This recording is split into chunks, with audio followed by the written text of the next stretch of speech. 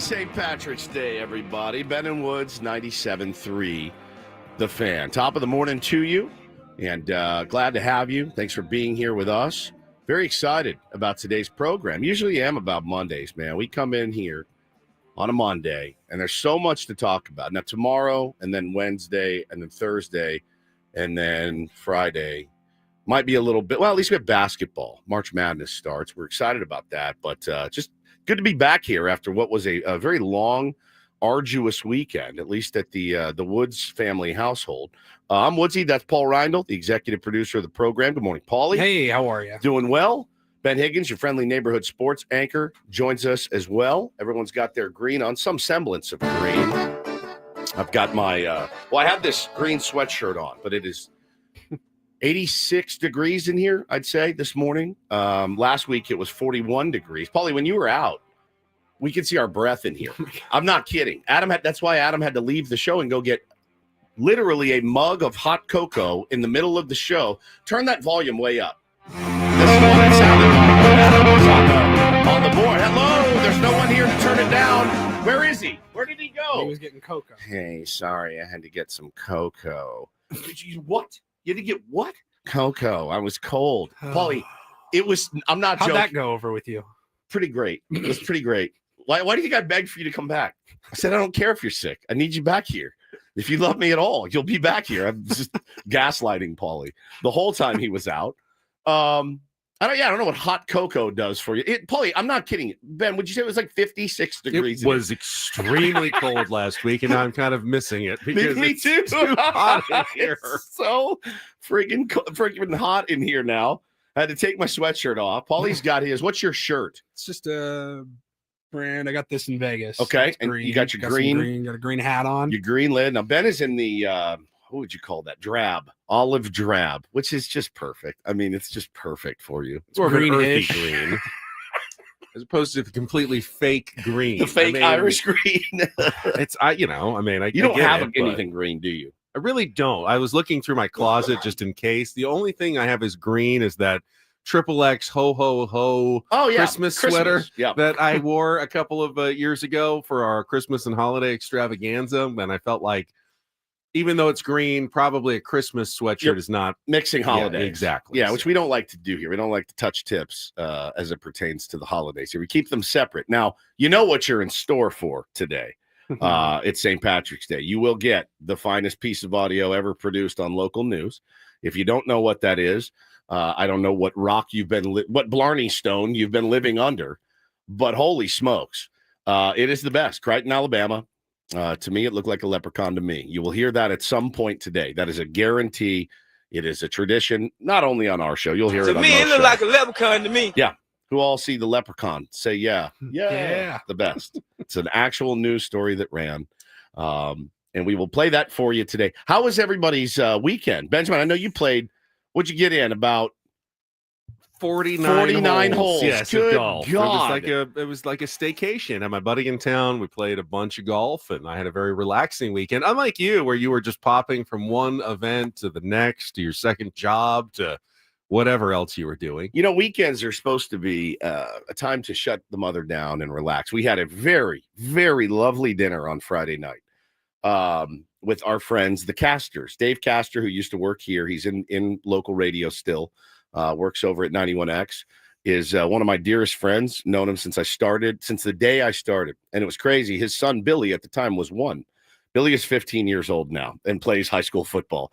So you hear that and you're like, ooh, takes your breath away, man. Time has flown by. So we went to a fancy dinner, Bob's Steak and Chop House, which is exquisite food. And it was a really, really fun time. Had a cocktail, had a little wine. No dessert, skipped the dessert, but I had a flight of fillets. A flight. And I ate every morsel. It was, what made them different? Were they sauced differently or cooked differently or different kinds of different meat? cuts like a of Wagyu, meat. I had the A5 Wagyu, which was like premium. Like you can't even wrap your head around it. Melts it was it's so good, Bob's is. It's so good. So we had that. Now, this is interesting. We were chopping it up we're sitting in a big booth, and Hannah and I are on this side, and they're directly across from us. he and his wife, Amy. And we're talking shop, we're both in the radio business. We know a lot of the same people. And did you hear about this guy? And this guy's a dick and this guy's whatever. And we're going back and forth. So we're having a good time. And it's loose, we had, like I said, had a little wine. So I get up to leave and I walk, and these 4 guys are sitting at me, staring at me, smiling in the booth behind me. One guy has a Padres hat on, and this guy's looking at me nodding, that's Woodsy, that's Woodsy. They didn't say anything. So if you were one of those guys they heard everything, and you heard that conversation, just wipe it from your memory is what I'm going to ask you to do right now. Okay, wipe that combo from your memory because you could get your old pal Woodsy in a lot of trouble. All right, so you didn't hear anything.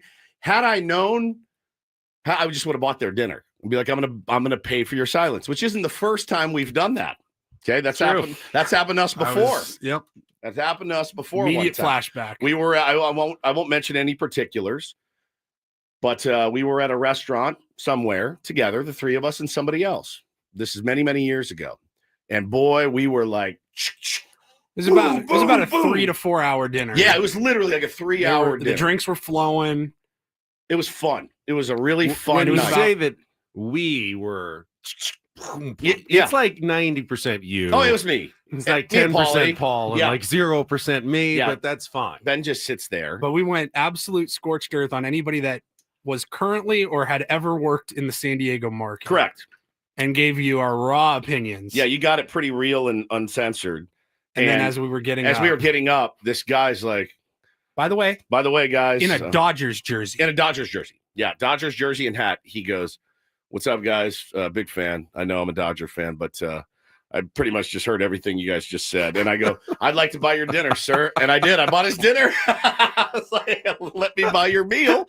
And don't say, "Hey, you could kill us right now. You could end our whole careers." Don't. It's not a legally binding contract. It's not. You buy dinner for silence. I don't think that holds up in a court of law. But he was cool. He was like, "No, don't worry. I'm not going to say anything." I was like, "You better not, bro. You better not." I remember we were standing.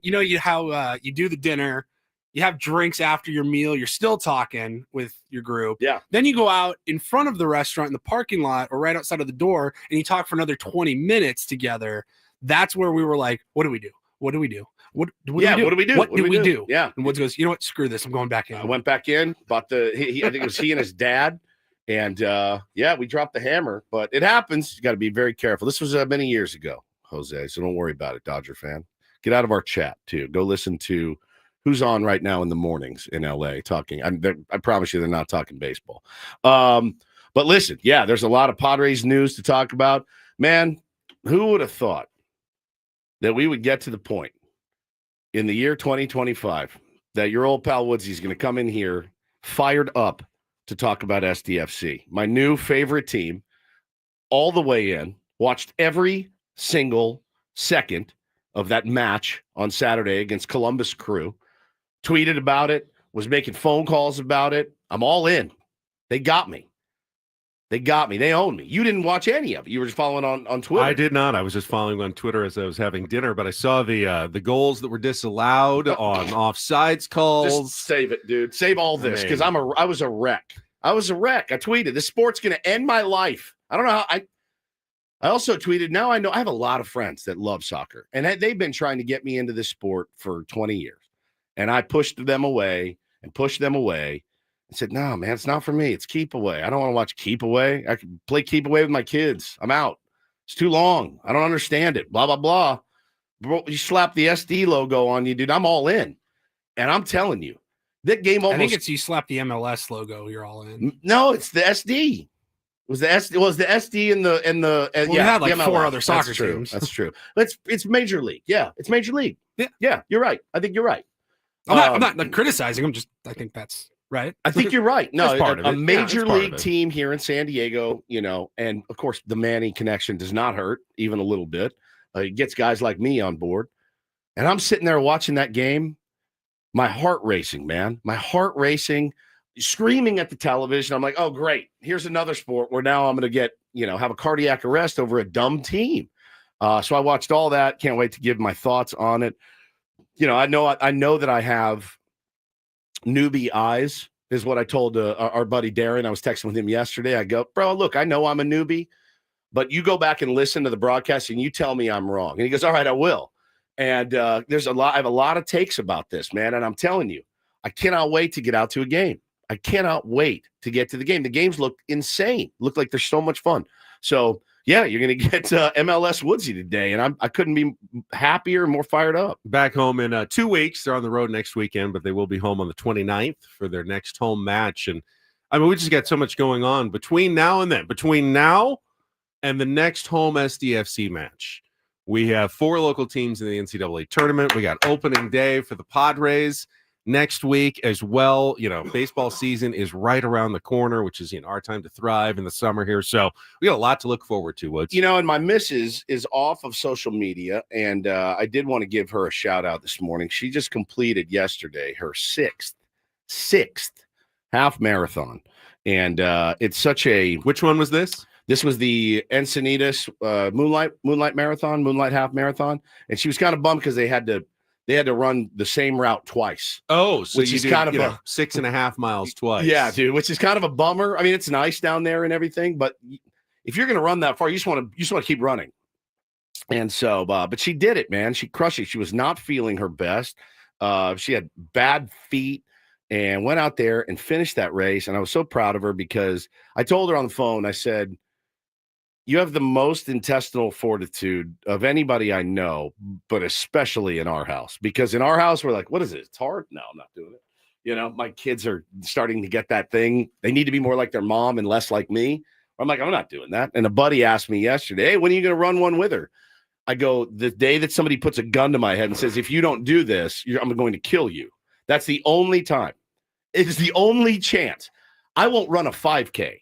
I can't. It's not that I won't. I cannot run a 5K. It's like speed, but there's a bomb in your shoes. Yeah, if you stop running, it's going to explode. You blow up. That's the only way you're going to get me to do it. And even then, I'd be like, you know what? This will be painless, and this will all be over. So shout out to her. She was amazing. Crushed it. Came home, and did all the stuff that moms and wives do. So I'm very proud of you, babe. Love you. And it was quite an accomplishment. But I did say after 6 of these bad boys, I said, so that's it, right? Oh, no, I want to do another one next year. Now, what about the idea of doing the full? I don't think that's in. I don't think she wants to do it, man. I don't think she wants to do the full. I think she can. I mean, I know she can. She can do anything she puts her mind to. I've seen it. But I just don't think that the training is so intense for those.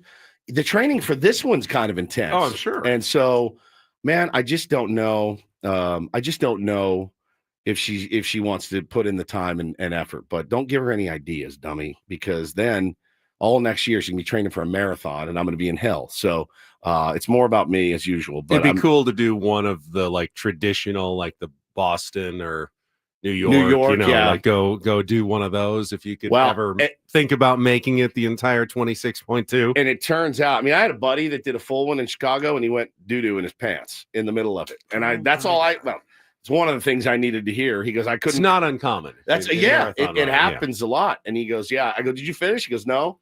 I went doo-doo in my pants and I had to stop and go get cleaned up inside a hospital. And then I just skulked home. And I said, well, that sounds terrible. All that training for that. And then you end up soiling yourself on the run.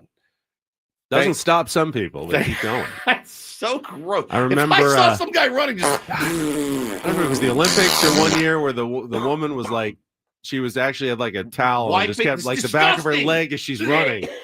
Won the race anyway. Shut up, dude. She won it? Yeah. I believe so. So, yeah, man. Can't have been fun, though. This is not we're not a running show. We never will be a running show. Are there running shows? I mean, there's fishing shows. There's probably running shows. What does that sound like? So I put my new 27C Nikes on and I started running and I just kept running. How about you? What did you do? Well, I started at a faster pace and then I started getting tired and I slowed down to a slower pace. And then you kept running. I kept running though, one foot after the other. Paulie, how about you? When you were running, how did you run? For me, it's all about the terrain. You got to worry about that. Always keep it top of mind. Yeah. All right. Well, talk about different hydration products. And I like snacks you like to grab from the energy table. Goo. Energy goo. Yep. Well, that concludes the Ben and Woods Runner Show. We'll see you guys next Sunday at 4 a.m. because it's the only time that we could do it. Oh man. But I'm very proud of her. I hope she doesn't do any more, but it sounds like she's going to. It's amazing that she can actually get it done. Bro, it really is. I mean, it's staggering. 13.1 miles. I can do a mile on the treadmill, really no problem. And that's where it starts to hurt. After that, I'm done. I have a lot of friends that have started with 5Ks, worked up to half marathons. Now they're doing full marathons. It's like an addiction. It's like my brother, dude, doing the friggin' triathlons. And now he can't stop. And it's just like, you're an insane person. There's just no reason for it. I'm not trying to be the best at exercising. Okay. Felt like there were a lot of tier ones in Peoria this weekend. I made the trip out to spring training to catch some games. So we will definitely get you caught up. But if you're back home, hope you had a nice time. Maybe saw Sam Levitt or Jesse Agler while you were over there in Arizona. I know Jesse had a interesting autograph request this weekend. He texted us and said, someone asked me to autograph a baseball with the first ever incorporator word on it. Which was mayonnaise. Mayonnaise. That is... Again, you kind of feel like you've made it when that happens, right? When somebody asks. Now we got mayonnaise, man. Incredible. Pretty cool, huh? Yeah, very cool. All right, we got a lot to get to. We'll set the menu and just kind of dive right in with NCAA tournament talk.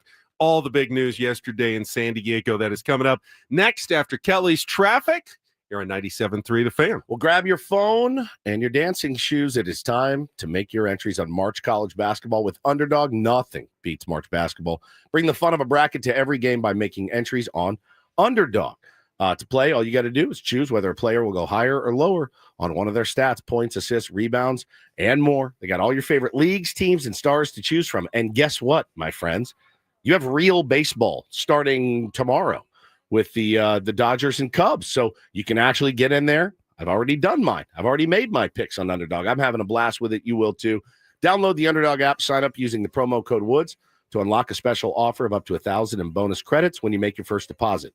Join in on the fun when you sign up with promo code WOODS. Claim your special offer today. Get up to $1,000 in bonus credits instantly upon first deposit. Must be 18 and over, 19 and over in Alabama, Nebraska, 19 and over in Colorado for some games, 21 over in Massachusetts and Arizona. Present in a state where Underdog Fantasy operates. Void where prohibited. Terms apply. Concerned with your play, call 1-800-GAMBLER or visit ncpgambling.org. In Arizona, call 1-800-NEXT-STEP or text NEXT STEP to 53342. In New York, call the 24/7 Hope line at 1-877-8-HOPE-NY or text HOPE-NY to 467-369.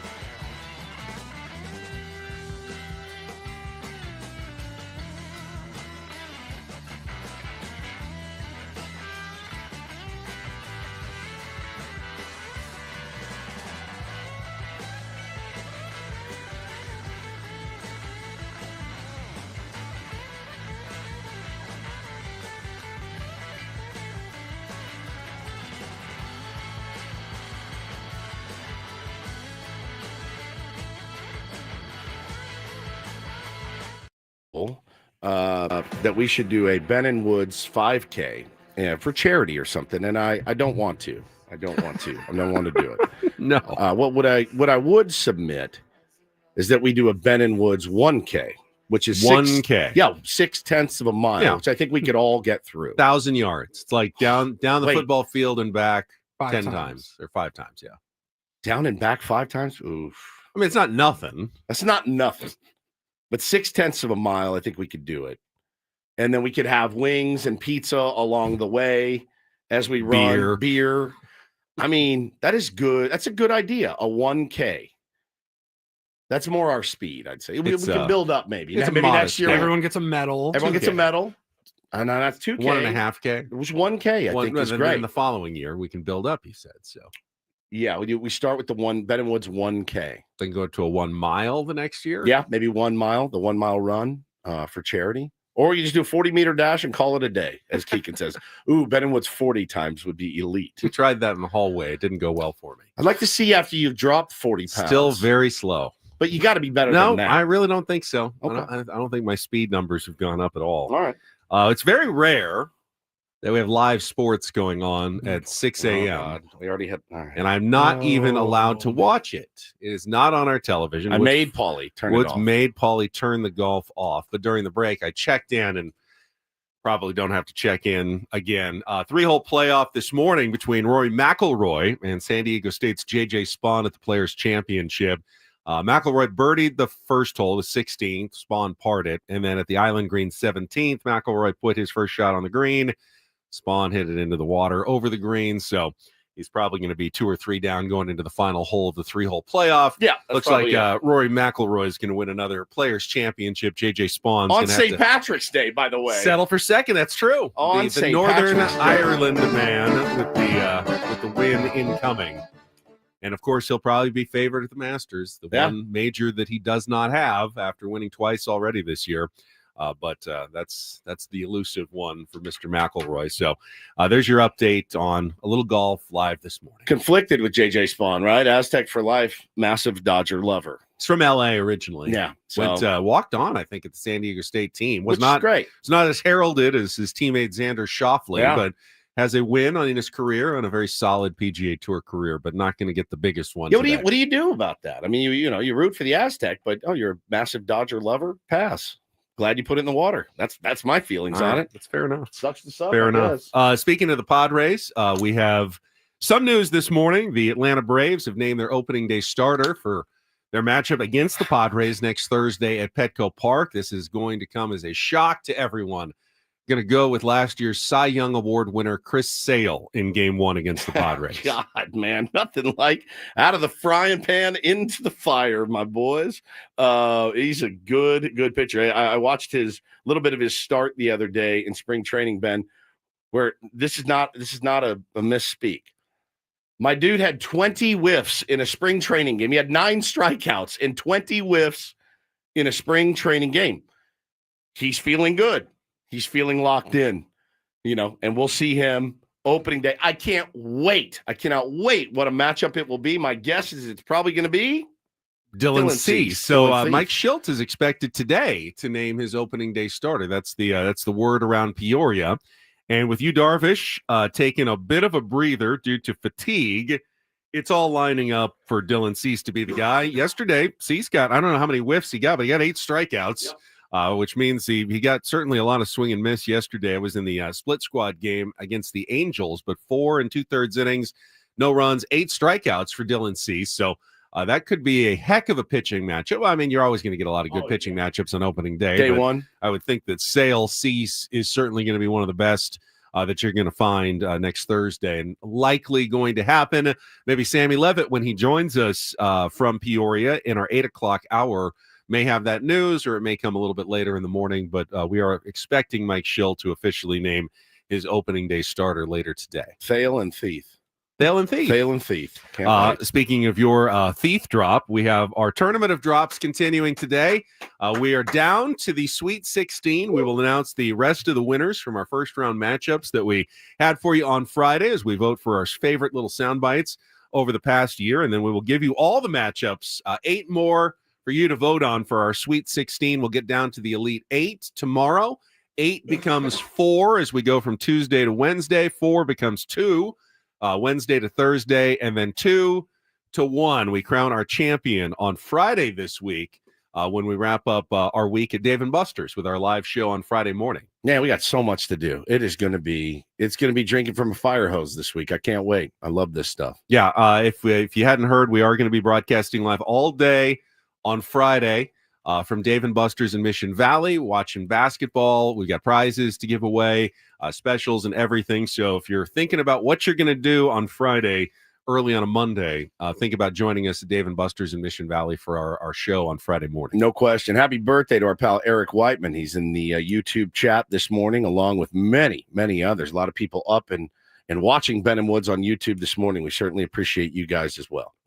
We will get into the NCAA tournament brackets. Of course, a record 4 teams from San Diego in the men's and women's. Excellent. Both the San Diego State, UCSD men and women seeing their names called in the brackets yesterday. Obviously, it was a little nervous for San Diego State fans, but their name came up quickly in the first 4 games, so we don't have a lot of time to get ready for that one because they're going to play tomorrow in Dayton, Ohio. But we'll talk all about the brackets, San Diego State, what happened over the weekend in college basketball. We'll get into the Padres this weekend and what's been going on in their Cactus League matchups. Kyle Hart got a start yesterday. That battle for the 5th starter's job continues. Woodsy's really excited to talk about SDFC. So all those things coming up in the next hour or so. And then Don't Do This, our regular features, Take on Woods and the Reindl Report. Plus, we've got tickets to give away today. A new pair of tickets for the Padres Guardians game on the 31st. That's a real game. Yeah, of March. It's a real game. Monday after opening day weekend. Yeah, the opener of that series. We'll have some tickets to give away later this morning. It's also Jackson Merrill bobblehead game. It's going to be nuts. That'll be fairly crazy. So we'll have some tickets. Hi, this is Jackson Merrill. Hello, Jackson. So that's kind of what's on the program for today. We'll start out, though, in some college basketball. San Diego is going to the dance in multiple ways with multiple teams, and we've got a packed schedule this week for college basketball fans. I'll lay it out for you when we come back with Ben and Woods on San Diego's #1 sports station, 97.3 The Fan. Gambling problem? Call 1-800-GAMBLER. GEGE 000-466. For a full list of games and rules, played at 7 Mile Casino. Visit 7milecasino.com. Pretty good place to watch all the games this week would be 7 Mile Casino. Unlike some card rooms where you go in and there's card room and that's about it. There's televisions all over the place at 7 Mile Casino. You can see multiple TVs from every table. From the restaurant at Sammy's, from the bar, even on the patio outside, which is gorgeous. There are TVs out there as well. Lots of places to watch sports and play your favorite card games. Yeah, buddy, they're high-limit games, bigger, bolder, better than ever. It's serious action if you want it at 7 Mile Casino, whether it's high-stakes poker, fast-paced California-style blackjack and baccarat. The thrills are nonstop. The stakes are higher at 7 Mile. As I've mentioned many times, I love play California-style blackjack, and I love 7 Mile Casino. They are open 24/7. See it for yourself today. And you don't have to drive about an hour into the East County and back. You can be playing within a few minutes. Spend your time enjoying yourself, not in the car, getting there and getting back. That's what makes it so great. Hop on the 5 freeway. Head south to Chula Vista. It's on the west side on Bay Boulevard. It's 7 Mile Casino, just 7 minutes from downtown.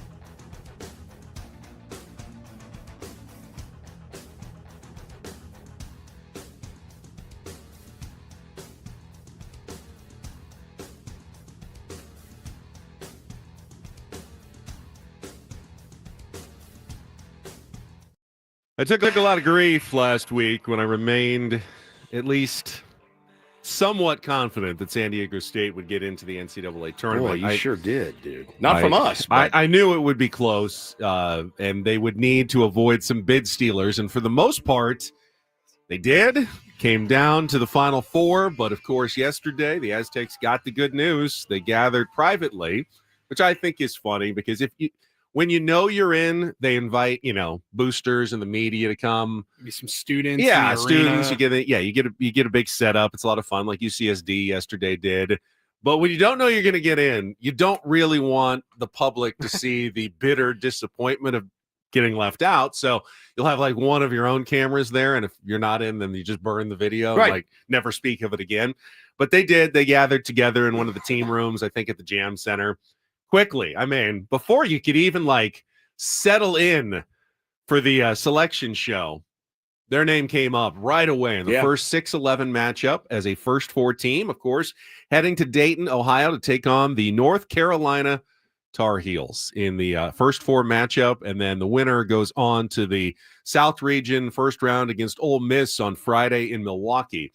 But Tuesday turnaround is really fast. I mean, think about that. You're in San Diego. It's Sunday afternoon, 3:00, and you just found out that you're playing on Tuesday halfway across the country.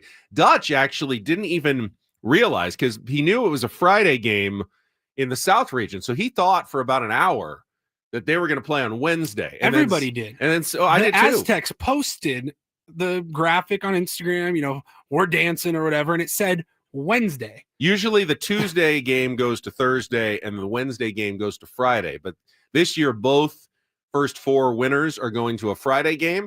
So the Aztecs got the short end of the stick and have to make the quick trip across the country to play against UNC. In Dayton, Ohio. That's where the first four always takes place. 6:10 Pacific time on Tuesday evening on True TV. And then if they win, they hop on another plane. That'll be a shorter flight to get to Milwaukee for their actual first round game against Ole Miss. And if they don't, well, it's wham, bam, thank you, ma'am. You were in, you were out before anyone else even played a game, essentially, on Tuesday in the NCAA tournament. But, hey, it's better than playing in the NIT. The first four is an actual legitimate tournament game, counts as much as any other game in the tournament. And if you do happen to win it, I do think that it gives you an advantage of getting through the nerves early. Yeah, you feel comfortable for that game. Give me that early game. If I got to do this, you'll have the 2 days to get ready, as opposed to having to play 2 days later. You get 2 days to get ready for your next opponent, get rested up a little bit, and I think that does give you a bit of a chance, extra chance at an upset in that first round game if you can win against North Carolina on Tuesday. Yeah, and I think it's absolutely the right decision to put the Aztecs in. The team that they're going to be facing is the team that's probably getting the most scrutiny of all the picks.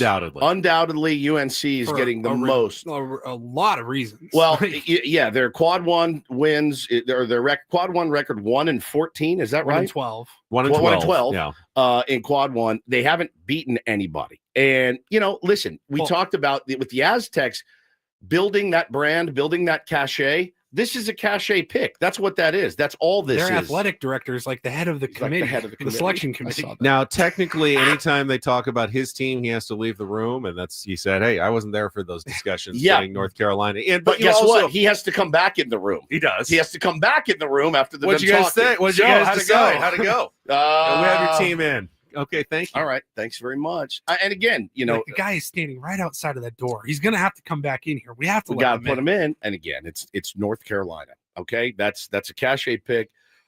Listen, this is great. It's great for the Aztecs. It's a very winnable game. But as frustrated as Aztecs fans were with the way the season ended and the loss to Boise State, I think something needs to be said about the job that Brian Dutcher and his coaching staff did this year.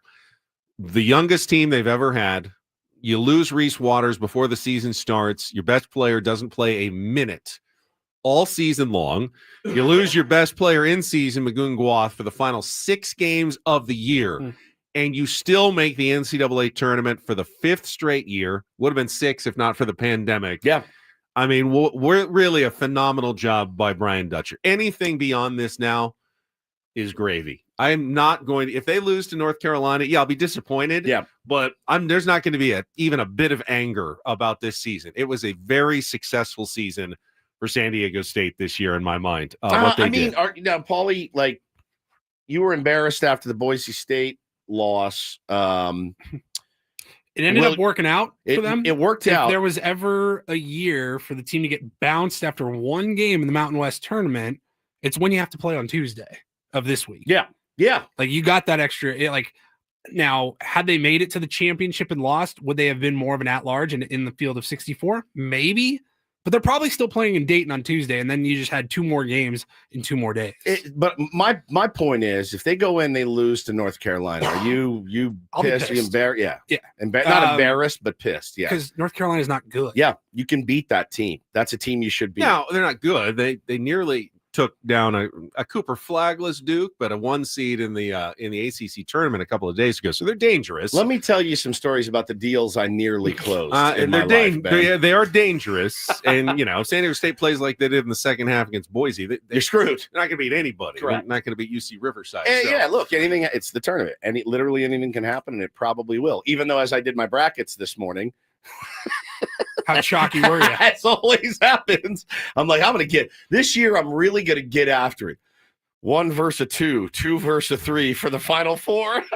Freaking every It's never time. A bad call. I know. Pick some upsets early, have fun. I There's probably going to be some, but in the end, generally, the 1s and 2s. You look at a team so embarrassing every year. A team like Auburn and Janai Brew, he's insane.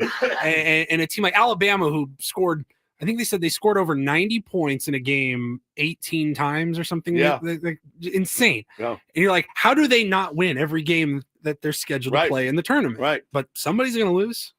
The good news, Dutch did say that Magoon Guath practiced, was pretty full strength, took off a few reps, but seems like he is good to go. That'd be epic. For Tuesday in the NCAA tournament, which is going to be very helpful, especially against a big North Carolina squad. So now the only thing left that we have to figure out is Tier 1 Jordan desperately wants to make a bet with me on this game. Oh, good. Giant North Carolina fan. Wants to make some sort of wager. I said I talked to you guys about what you think would be an appropriate bet, Ben versus Jordan, for this game. $100. Oh, I think he would like to have it be something more fun, like I have to fly back to North Carolina or something. Wife swap. The Aztecs.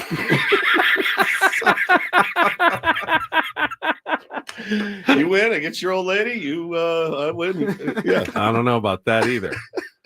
The rest of the let's make how it confident are you? Let's go. You're confident, are you not? I mean, the Aztecs are underdogs, right? What's the point spread? North 3.5 by 3.5. Jordan, no. Aztecs are underdogs. Underdogs, right? right? Yeah. Okay. By 3.5. By 3.5 in this game. So somebody needs to. Jordan needs to come up with the bet, and then we need to approve it. That's it. Right? You're the favorite, Jordan. You have to come up with a bet and we'll approve it. Yeah, that's true. He's the favorite. So the other teams in the tournament, the UCSD Tritons get Michigan in the first round. Unbelievable. 12 seed and the sexy upset pick around college basketball already. Seth Davis got him running to the Sweet 16, he does. Dude. He is fired up. And, looking at their numbers, they score, dude. They can absolutely score, and they play defense. They're a well-rounded basketball. Let's put it this way: I did 3 brackets this morning. I had them in 2 because there was one I was like, all right, I got to go with chalk here in Michigan, but the other 2 I had them going, on a decent little run. But it's by far, Ben, the sexiest pick in all the brackets. Everyone on UC San Diego right now. And, man, what a season for those guys. It was fun to watch them beat UC Irvine in the championship game on Saturday night. How stoked your dad and brother? So stoked. Are they going to try to go to any games or anything? I don't know that it's Denver is where it's not bad. Their games are. So it's not easy trip. It's not the farthest trip to get to. Pretty easy in terms of the flight. I have not heard if they were going to try to watch that game, but it wouldn't shock me. San Diego State, they did them a favor, too. UCSD did. By winning, because you did not want UC Irvine to win that game. Irvine made the top seed in the NIT, but might have been a bid stealer had they won the Big West tournament. So that helped. And then the women, what a shocker this weekend for both the SDSU and UCSD women. Were both 4th seeds in the conference tournament, and both incredible pulled off upset wins. SDSU in triple overtime beating Wyoming on Saturday to claim the Mountain West title. Really incredible game. I got involved in that one, watching it all the way through. Like, is this ever going to end? And they absolutely pulled it off, and they will go on to face LSU in Baton Rouge, Louisiana, 14 seed against a 3 seed. That is on Saturday. And then the UCSD women, who were their first year, just like the men in the Big West, win the tournament over UC Davis. They got the old 16 versus 16 play-in game against Southern. And then the winner takes on the number 1 overall seed in UCLA at Pauley Pavilion on Friday. So they play on Wednesday.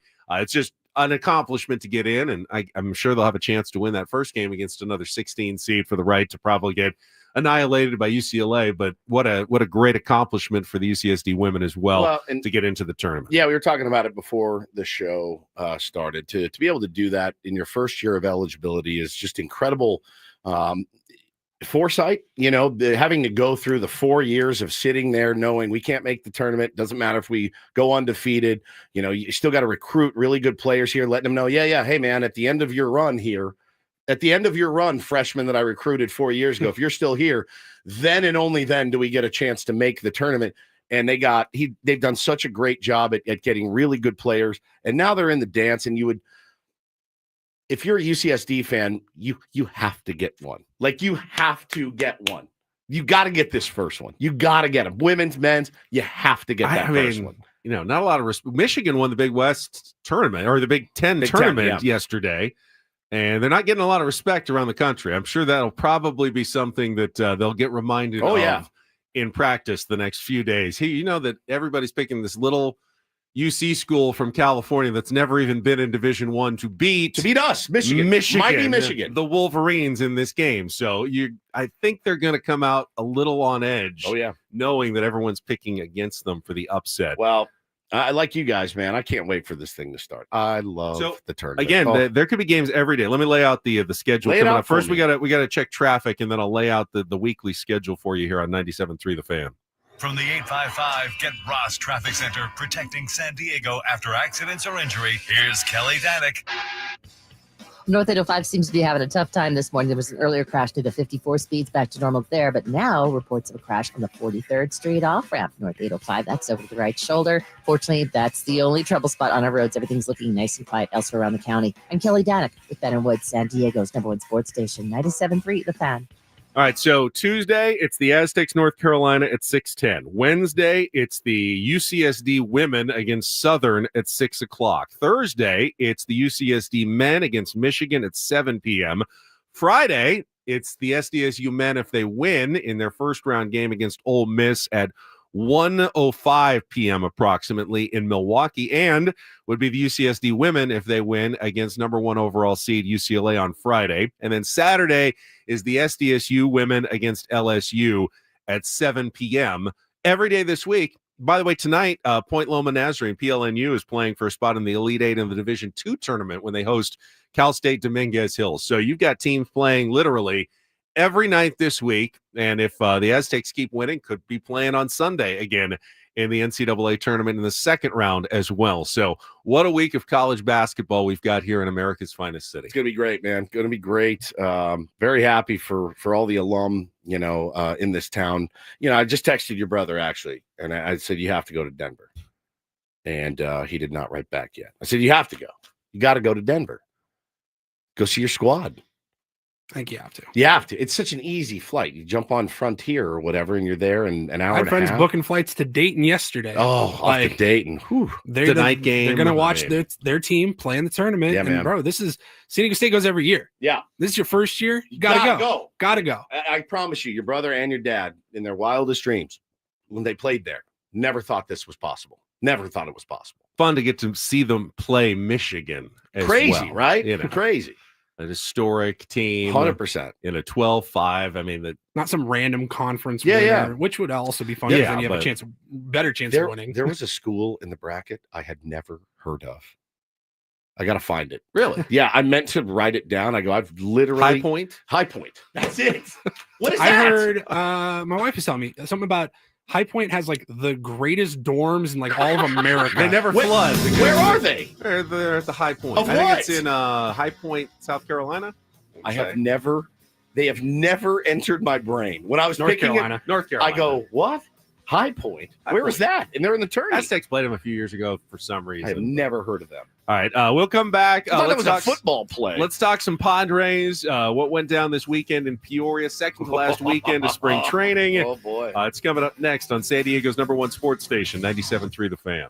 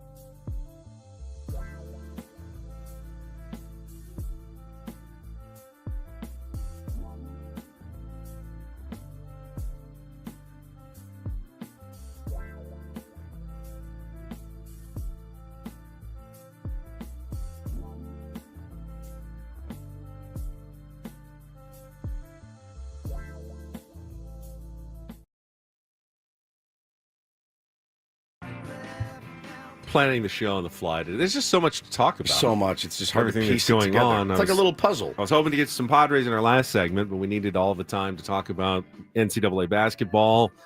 And now we're behind schedule already this morning. Usually 4 hours feels like more than enough. Honestly, it feels to Woods like an hour or two too long. Oh, not to you, but though? we might need, well, sometimes it does. We might need the whole time this morning. Let's see, this weekend, highlights from Padres spring training. On Friday, Luis Rise had a big game, 3 for 3, including his first home run of the spring.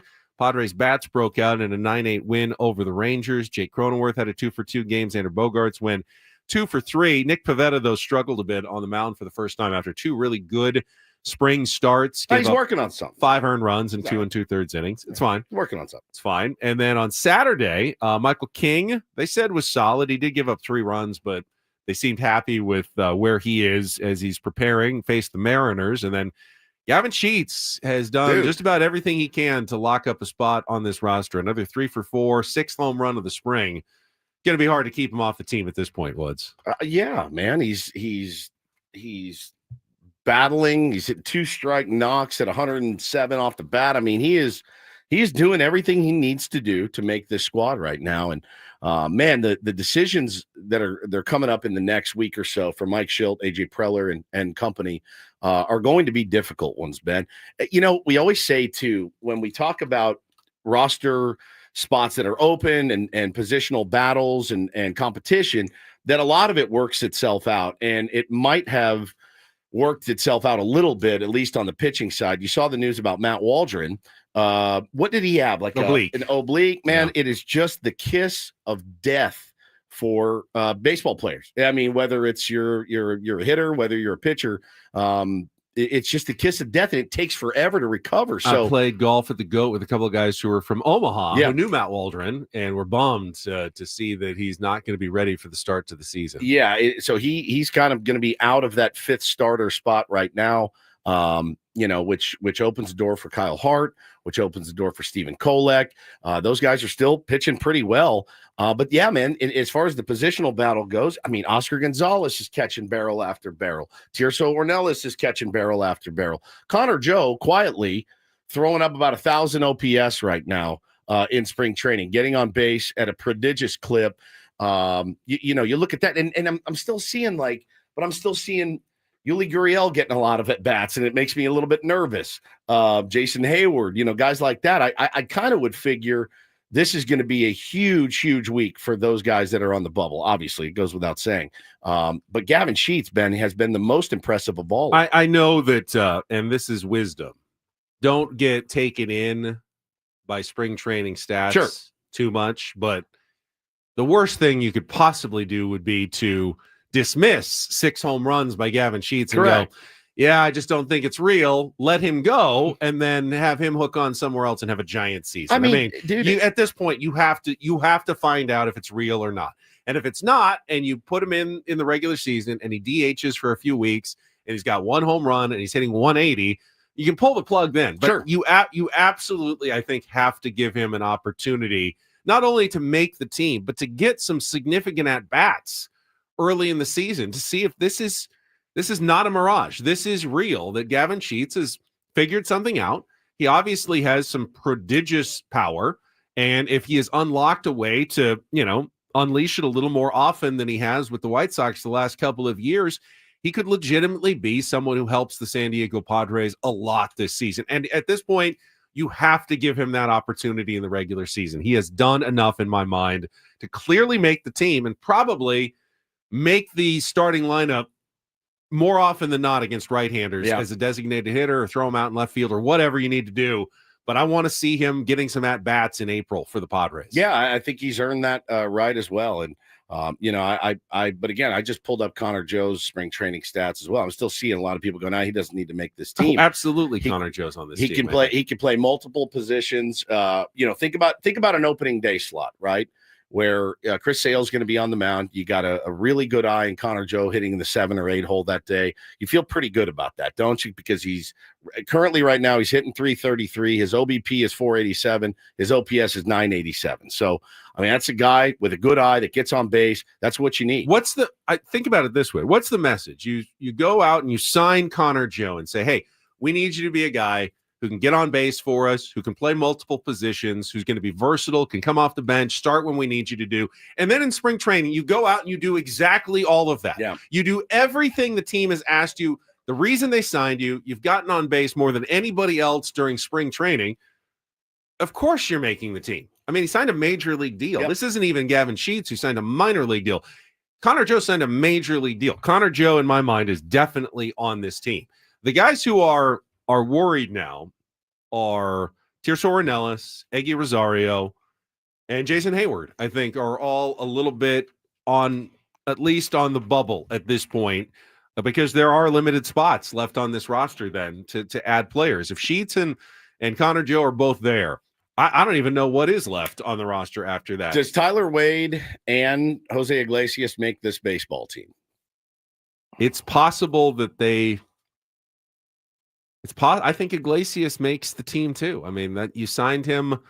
He's done what you're starting to ask him. He's starting to hit as well. We're running out of spots here, though. I think that's about it. I think that's your last spot, possibly. Tirso has options. He will be part of the 40-man. You will need to bring him up at some point, probably when someone goes on the injured list. But Eggy, you might have to trade. Because there's not going to be a spot. He has no more options left. I mean, and Tyler Wade's a tough call because I know they love him. They love him. He is such a good clubhouse guy, but what he literally does on the field can be replaced by other guys. Connor Joe is maybe not as fast, but is certainly a Tyler Wade type guy with more big league experience, a better resume. I mean, you would not have Tyler Wade on a team over Connor Joe. Tyler Wade's on a major league deal as well. He is. Well, so is Jason Heyward. So is Jason Heyward. Yeah, I mean, if Gavin Sheets makes the team, he's not in the lineup on opening day because that's Chris Sale. I'm literally just thinking about opening day, stacking my lineup with rosters or with righties. And for me, Jose Iglesias is my starting second baseman that day. Jay can come off the bench later. Like that's how it should work. You've got these pieces. You need to use them in the best way that you need to win a baseball game. And you've got a lot of right-handers. You need to get them in there that day specifically. I mean, Jackson Merrill's my only lefty, or Luis Rice, those two. That's it against Sale opening day. And I'm good with that. I am too. Yeah. I think that's a strategy you'll see from Mike Schilt, especially early in the season. Well, they got the guys. If a guy gets absolutely locked in, and you may change that at some point, but when you have that kind of versatility, left-right ability, there's no reason to throw in Jake Cronenworth against Chris Sale. Yeah, just for feelings. It's weird. It would be weird not to have Jake in your opening day lineup at home. Would, but it's not like, Jose can pick it at second too. So, I mean. And Jake's having a really good spring, by the way. He is. Someone said read his stats. He's hitting the ball well this spring. Yeah, it's just going to be – there's just not a lot of spots, man. There's just not a lot of spots out there. Tough decisions. Really, really tough decisions. Bullpen, Adrian Morejon had a nice outing yesterday against the Angels, 3 strikeouts, picking up a save in the 9th inning. I wouldn't read too much into that, but they did save him for the 9th inning in a 2-run game, which was kind of interesting. And that was the game Mike Schilt went to. He went to the road game on the split squad. So he was there with Dylan Cease and Adrian Morejon in the win over the Angels. You mentioned Kyle Hart. He pitched. He gave up 2 runs in 3 innings, but he felt like he was stretched out enough. After battling the flu last week, they were worried he wouldn't be able to stretch out enough to start, but he felt like he's getting enough work in that if they needed him as the 5th starter, he'd be able to give them what they needed in that first start. So he's still in there. And don't forget about Randy Vasquez, who I believe threw 5 shutout innings in a backfield game and is still, with Matt Waldron hurt, he's the most experienced guy left for Mike Schilt, and Mike Schilt appreciates what he did last season. He raved about Randy stepping in when we talked to him. I don't think Randy Vasquez is out of this. He had a slow start to spring, but if he comes on strong, he could end up stealing that 5th spot in the roster, in the starting rotation, I think, in the last couple of weeks here. Yeah, they said with Kyle Hart, Corbin Carroll did hit him Took him for a homer. It was wind aided, they said, and it had about 150 expected batting average. Would have been a homer in only one of 30 big league ballparks. So it's in Houston, essentially. Yeah. And then Luis Camposano hit a home run. He did, which puts him by far now the OPS leader on catchers at Padres spring training. It's over 500 now, which is the clear winner in the battle. I don't know if that puts him on the roster or not for opening day, but that has again been the slowest competition for the Padres in camp. Yeah, people are saying I can't imagine Schulte sitting Jake opening day. I can't either. I can't either, but it's friggin' Chris Sale. We'll see you tomorrow. No, we won't see you tomorrow. We'll see you later in the game. Yeah, see you later in the game. Yeah, as soon as I think we as fans romanticize opening day a little, maybe too much. Sure. Put too much. I don't think Schilt gives a rat's ass. Yeah, I don't know about that. I mean, opening day and the theatrics that go along with it. Something about going out and introducing. I kind of hope. I mean, that's something for us to bitch and moan about and talk about. On a 4-hour radio show. He's looking at that's a game we need to win. It's not a must win. I see what you're saying, but does he also look like there's a sign of respect? He benched Jake Cronenworth on his bobblehead day. He did bench him on his bobblehead night. I don't think he cares about this stuff. He could have had a tweaked hammy or something. You never know. But could have a tweaked does hammy. Does a veteran get the respect of getting to go out and get introduced in the starting lineup on opening day, no matter who the opposing pitcher is? I don't know. I don't know either. It's not like Jose Iglesias isn't a veteran either. Correct. He just hasn't been around the Padres. I think Schilt builds that lineup. I think he wakes up that morning and goes, how do we win today? I mean, I hope so. Sam says, I think that was Bob Melvin, guys. That's actually a decent point, Sammy, that you make. Bob Melvin's role. Jason Heyward's in the lineup against Sale if it's a Bob Melvin team. I agree with that 100%. So we'll see, man. It's this is the fun part. We get to be the armchair experts. You guys get to be the armchair experts. You would have done this, you would have done that. But yeah, man, it's Chris Sale. He's one of the nastiest lefties in the game. Crony. Yeah, we'll get you in against a righty. We'll get you in tomorrow against a righty. Have a bat, be ready. Yeah, never know late in the game. 100%. All right. Speaking of opening day starters, we already said it's Chris Sale for the Braves. We'll hear about the Padres maybe later today. And then don't do this. We will have the most anticlimactic opening day starter announcement in baseball that went down over the weekend. Yes. That is coming up next after Kelly's traffic here on 97.3 The Fan. First, though, I'll tell you about SDFatLoss.com. Summer is right around the corner, everybody. It's getting here. It's supposed to be really nice this week, and that's just going to continue here in San Diego. So when you know you're going to be wearing shorts, bathing suits are coming out soon, this is a great time to drop a little weight before the weather really heats up, and you can do so and do it quickly with SDFatLoss.com. Lose up to a pound of fat per day and 10 to 20% of your body weight in just 60 days. And those aren't just numbers. Those aren't just claims. I can verify it worked. It worked for me. It can work for you as well. I lost 40 pounds in 60 days by following their simple proprietary strategies, by eating food that I was getting at the grocery store, things like steak and chicken and vegetables. And I lost the weight fast, and I felt good while I was doing it, and I feel great now. I mean, not just when I look in the mirror, but I feel better. I more energy, sleep better, less pain in my knees and my back. It is amazing what SD Fat Loss did for me and can do for you as well. So just go to their website, sdfatloss.com, set up your free consultation, and start the process now. Join so many tier ones that have lost thousands of pounds in San Diego. Get it done before the summer. Do it now. Get the $200 off in their spring special by going to sdfatloss.com. That's sdfatloss.com.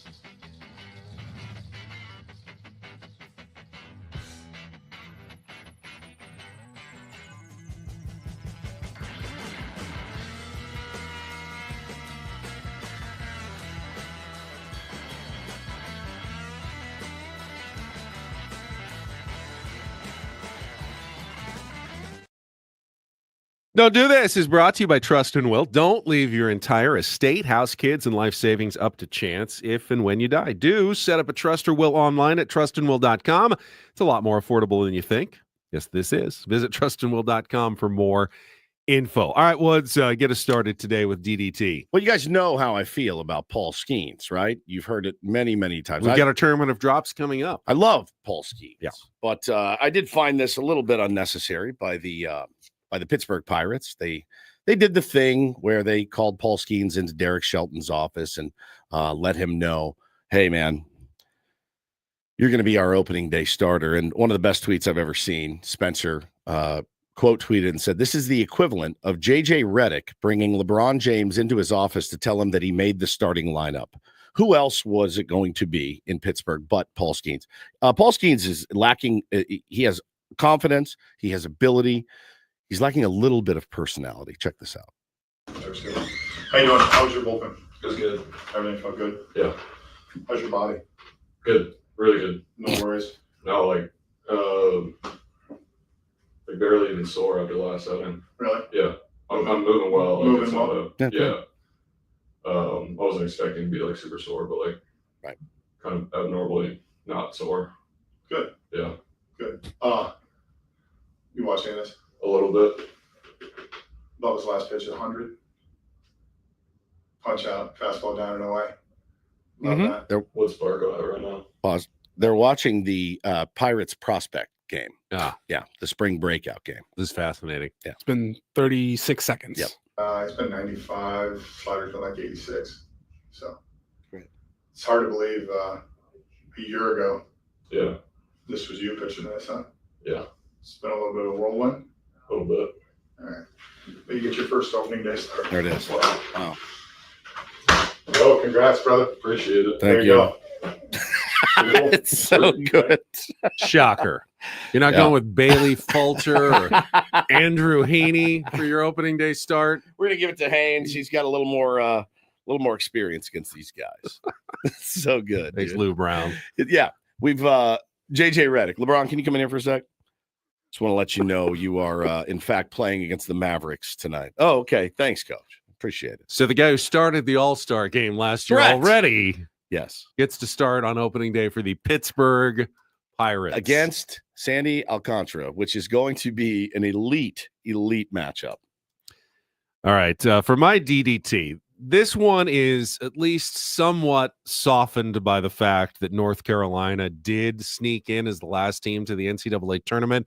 Would have been a lot more painful had they not. But did you see what happened at the end of their ACC semifinal game against their rival Duke Blue Devils? A chance at the upset. Hey, I mean, I know Cooper Flagg was not playing, but still, North Carolina was looking for a signature win, and they had a chance at it. Down 71-70 with 4.1 seconds left. The Tar Heels at the line.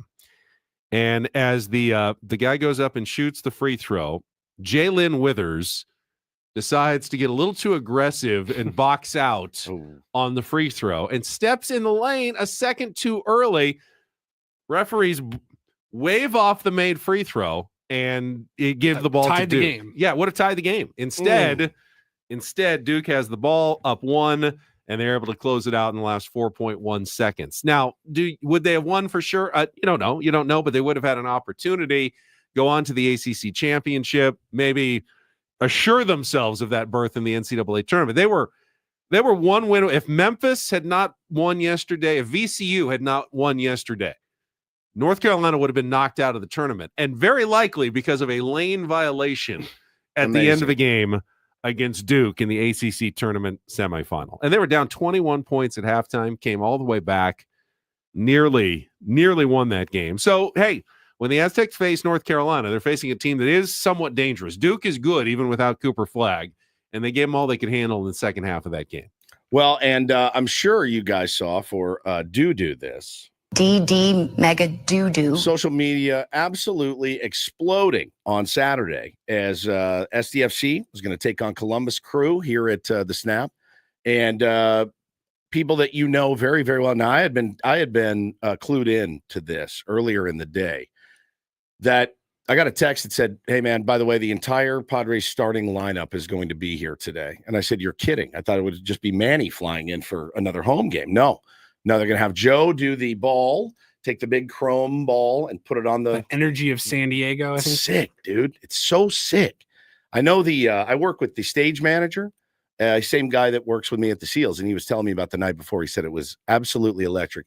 Joe got to come out and do the ball, but the social media that night of all the Padres jumping on a private jet, courtesy of El Jefe, as they called him, Manny Machado, books the private jet. They finish up their work in Peoria. They jump on the PJ. They fly on over. So who we got there? We got Jackson Merrill, Joe Musgrove, Fernando Tatis Jr., Jake Cronenworth, Luis Ariz, Xander Bogaerts, Jason Heyward, Adrian Morejon, Michael King, and Manny Machado, all in their numbered jerseys, but SDFC kits. Yep. And Manny, of course, a partial owner of SDFC, flew them all out, put them on the jet. Now, I think that they were having some fun because one Fernando Tatis Jr. was the highlight of the night. I couldn't get enough. I could not get enough of what he was doing and what he was posting. And he went live at one point, and he was having so much fun. And somebody was translating for me. And they said that he said at one point, he was having a good time. He was loose, lubricated.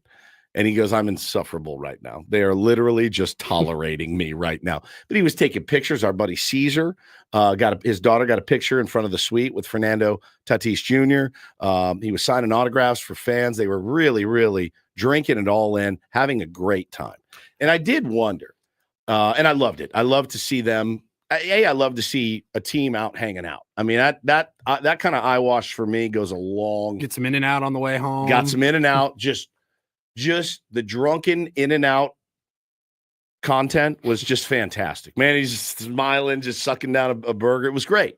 But I did wonder. The minute I saw it, I wondered, all right, how long is it going to take until someone uses this against them? And it was the next morning I woke up. It was 8:35 a.m. I saw this. Less than 3 weeks away from opening day, team needs to be focused on runners in scoring position.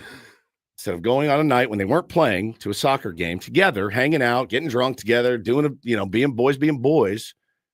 I said it didn't take long. It didn't take long at all. And then somebody said, chill out. He said 24 scoreless innings, collapse year after year. Machado seems to be creating a distraction for players that need to be focused. Somebody said, you're hilarious. You obviously know nothing about team chemistry. Well, they can build chemistry playing baseball. And then he said Padres spring training is not being properly managed. They need to hire someone like Lou Piniella and Ozzie Guillen to bring in more structure. And I said, this is going to be a long year, bro. It's going to be another long year. And we should see the return of Dip S tweets this year. Do it every Monday. That guy would have scored very high on the Dip S tweet meter. Lou Piniella is 81. He's 81 years old. And Ozzie Guillen is a train wreck. He's pretty out there, man. Yeah. I think Mike Schultz buttoned up enough for the San Diego Padres. I loved it. I couldn't get enough. Now, if it was a regular season night and they're flying back from an actual road game in Arizona and then they have to play again on Sunday, sure, that's probably not a great choice. But for a spring training Saturday night into a Sunday on a private plane, fantastic. By Mike Schultz, I'm loving that. I am absolutely loving that my team is going. I'm probably only worried that they couldn't take a few more guys. You don't want anyone feeling left out. But you also don't want to go over the recommended weight capacity on those private planes as well. No doubt. I loved it, man. I think that, that those are the kind of things you hear about that brings teams closer together. And, it's something that they needed to do. And I loved it. I thought it was great. And, watching the boys out there having a great time was top tier. And that's don't and do this for a Monday.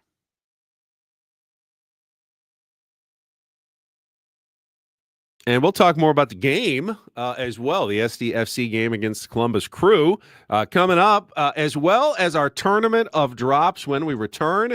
We'll give you the rest of the first round winners and then set the matchups for the Sweet 16 for you to vote on as we narrow down the field to our favorite short sound clip of the year. The Tournament of Drops continuing next with Ben and Woods here on San Diego's #1 sports station, 97.3 The Fan. Let me tell you first about my beloved Eco Water as I'm polishing off yet another jug of delicious Eco Water. Eco Water won the 2024 Better Business Bureau Torch Award for Ethics. We love our Eco Water filtration system in my home. It is a total game changer for cooking, drinking, showering. You feel good bathing your kids in Eco Water. You'd be surprised at what is actually in our pipes here in San Diego. So have them come out, do a free water test for you.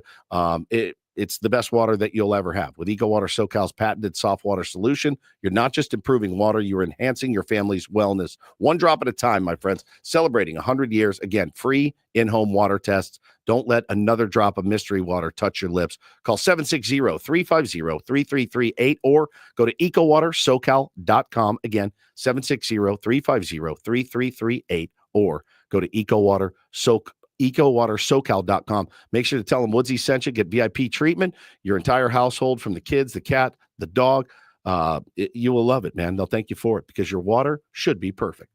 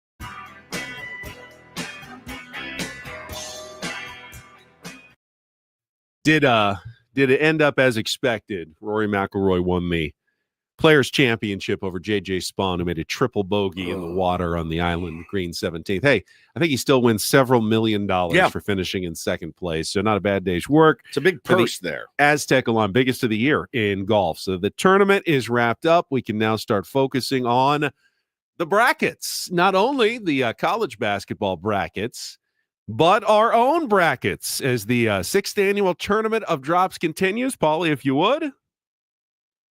All right, on Friday, we revealed the matchups for the second half of our first round on the right side of our brackets in the Kelly Danick and Don Orsillo region. So let's go through the winners. Paulie's got them for us as we go matchup by matchup. Our number 1 versus 8 seed in the Kelly Danick region. It was the number 1 seed, Ganja, a.k.a. cannabis, against the number 8 seed, Mike Schilt.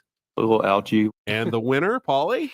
Yeah, not a lot of close voting here in the first round on the right side of the bracket, with nearly 80% of the vote. The winner, the number 1 seed, is moving on. Ganja, a.k.a. cannabis. All right. And then every time in the 4 versus 5 matchup, it was Adam Klug, the number 4 seed. I hate Christmas. Against yours truly as the number 5 seed. 1, 2, swallow. 1, okay.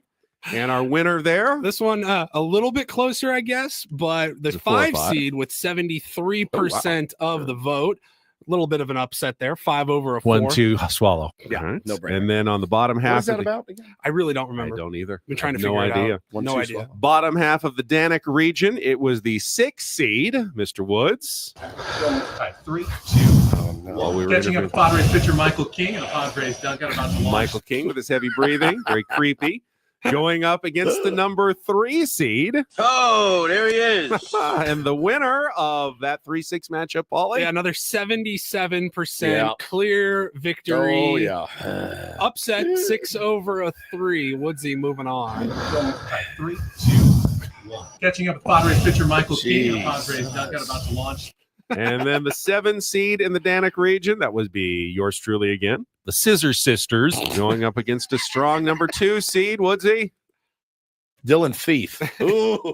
And our winner in the 2-7 Now, matchup. this was our closest vote of this round with 57% of the votes.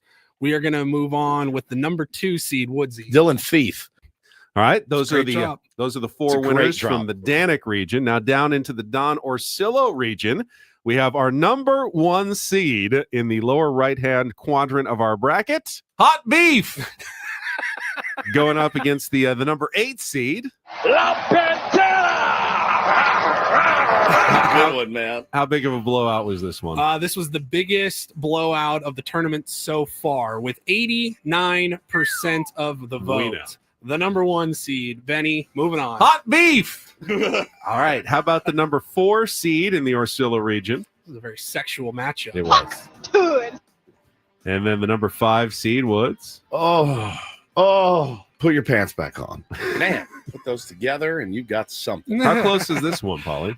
This one, 72% to 28%. 72% of the tier 1s that voted have voted for the 5 seed. Put your pants back on. So Hawk Tua is out. So our show and our drops seem to be doing quite well. That's true. In this year's bracket. I think people got really burned out on Hawk Tua. All right. I agree. That's why it dropped to a 4 seed. They must not be married. All right. The number 6 seed in the they are married. The number 6 seed in the Orsillo region, Jelly Roll. I am not okay.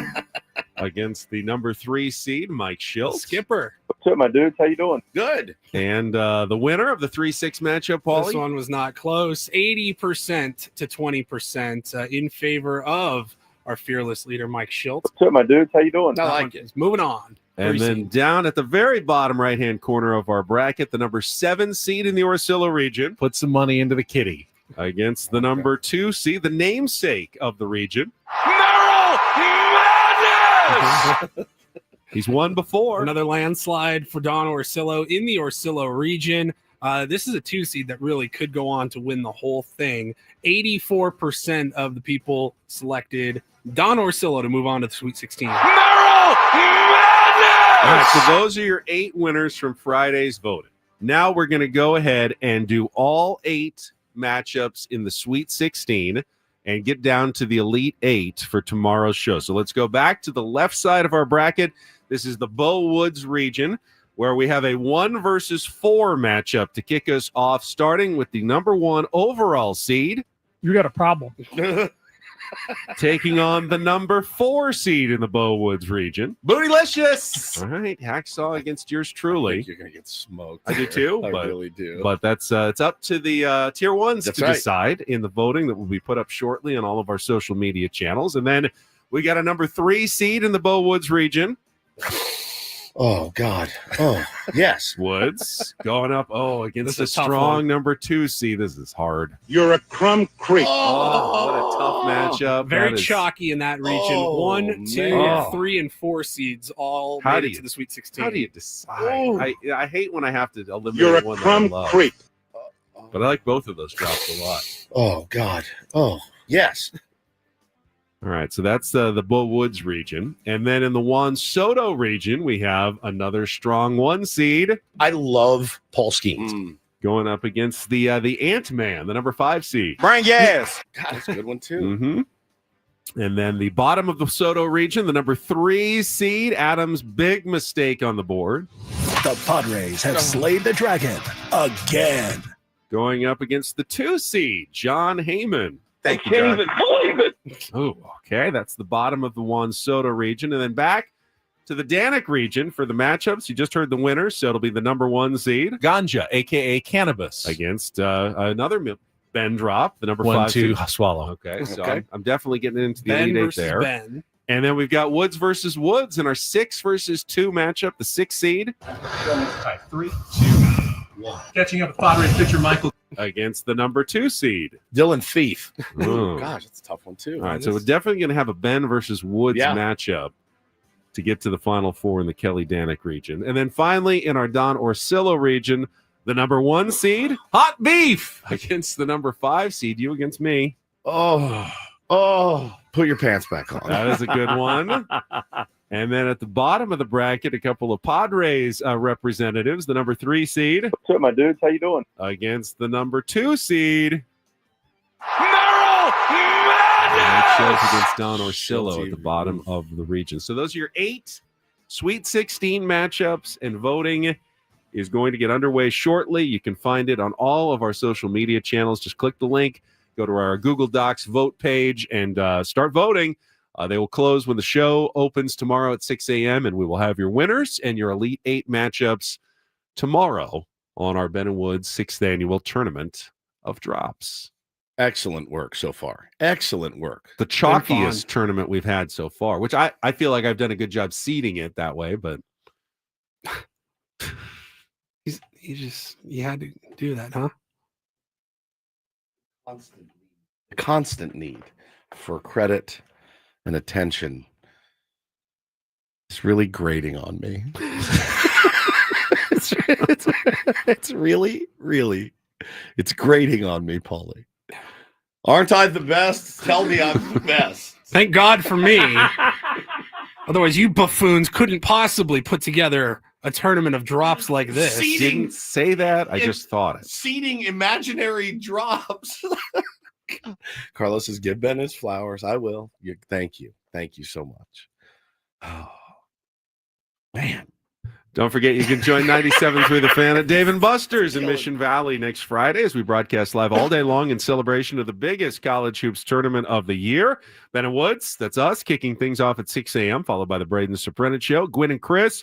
Then we'll wrap up the day with the Scraby Show at 6. There'll be breakfast burritos, drink specials on mimosas, Bloody Marys, and beer, and a basketball shooting competition, an hourly raffle with prizes to give away. You just join us at Dave & Buster's at 2931 Camino del Rio North this Friday for a full day of fun with all of your favorite fan talk shows. Yeah, in the chat, there's everyone. Thank Ben for your seeds. Thank you for your seed. You're all Ben. very, very welcome. You're a master seeder. Dave & Buster's, of course, within a stone's throw of Snapdragon Stadium, where SDFC played on Saturday night, really captivated Woods' attention, which I love to see. We will get to that after a check of traffic here on 97.3 The Fan.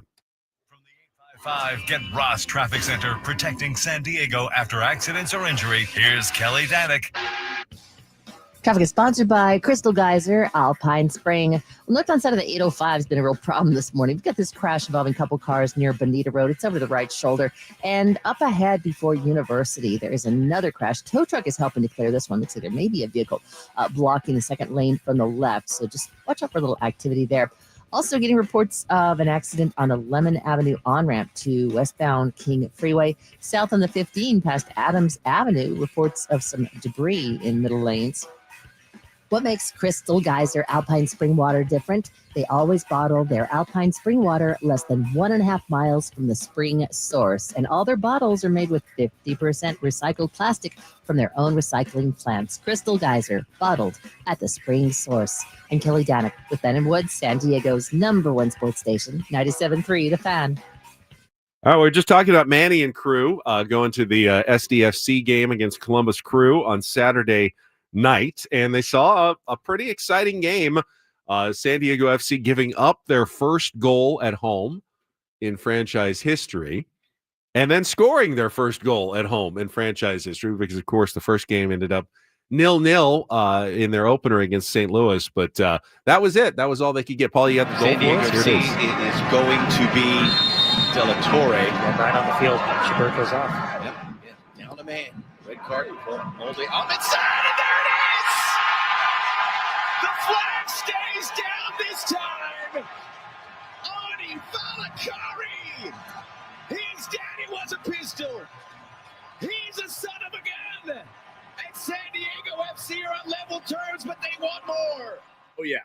Ani Valakari, the first home goal off the corner kick, the header into the net. Well-designed little set piece from the corner. Gets the equalizer, and they mentioned in the call the flag stayed down. That's because they had the goal before, but, of course, the offsides flag had come up. And then they had another one in which the flag didn't come up, but on video review, they overturned it as well. The VAR took it away from them. It was fairly excruciating. And so I watched the entire match. The whole family was super excited for it, got in bed. Everyone else fell asleep except me and Bo. We were watching it and watched the first half. And I was listening pretty intently to the broadcast on Apple TV, which, again, I think they do a really great job. It's a good product that they have. It's been well worth the $79 that I paid. I've enjoyed the hell out of it. I really have.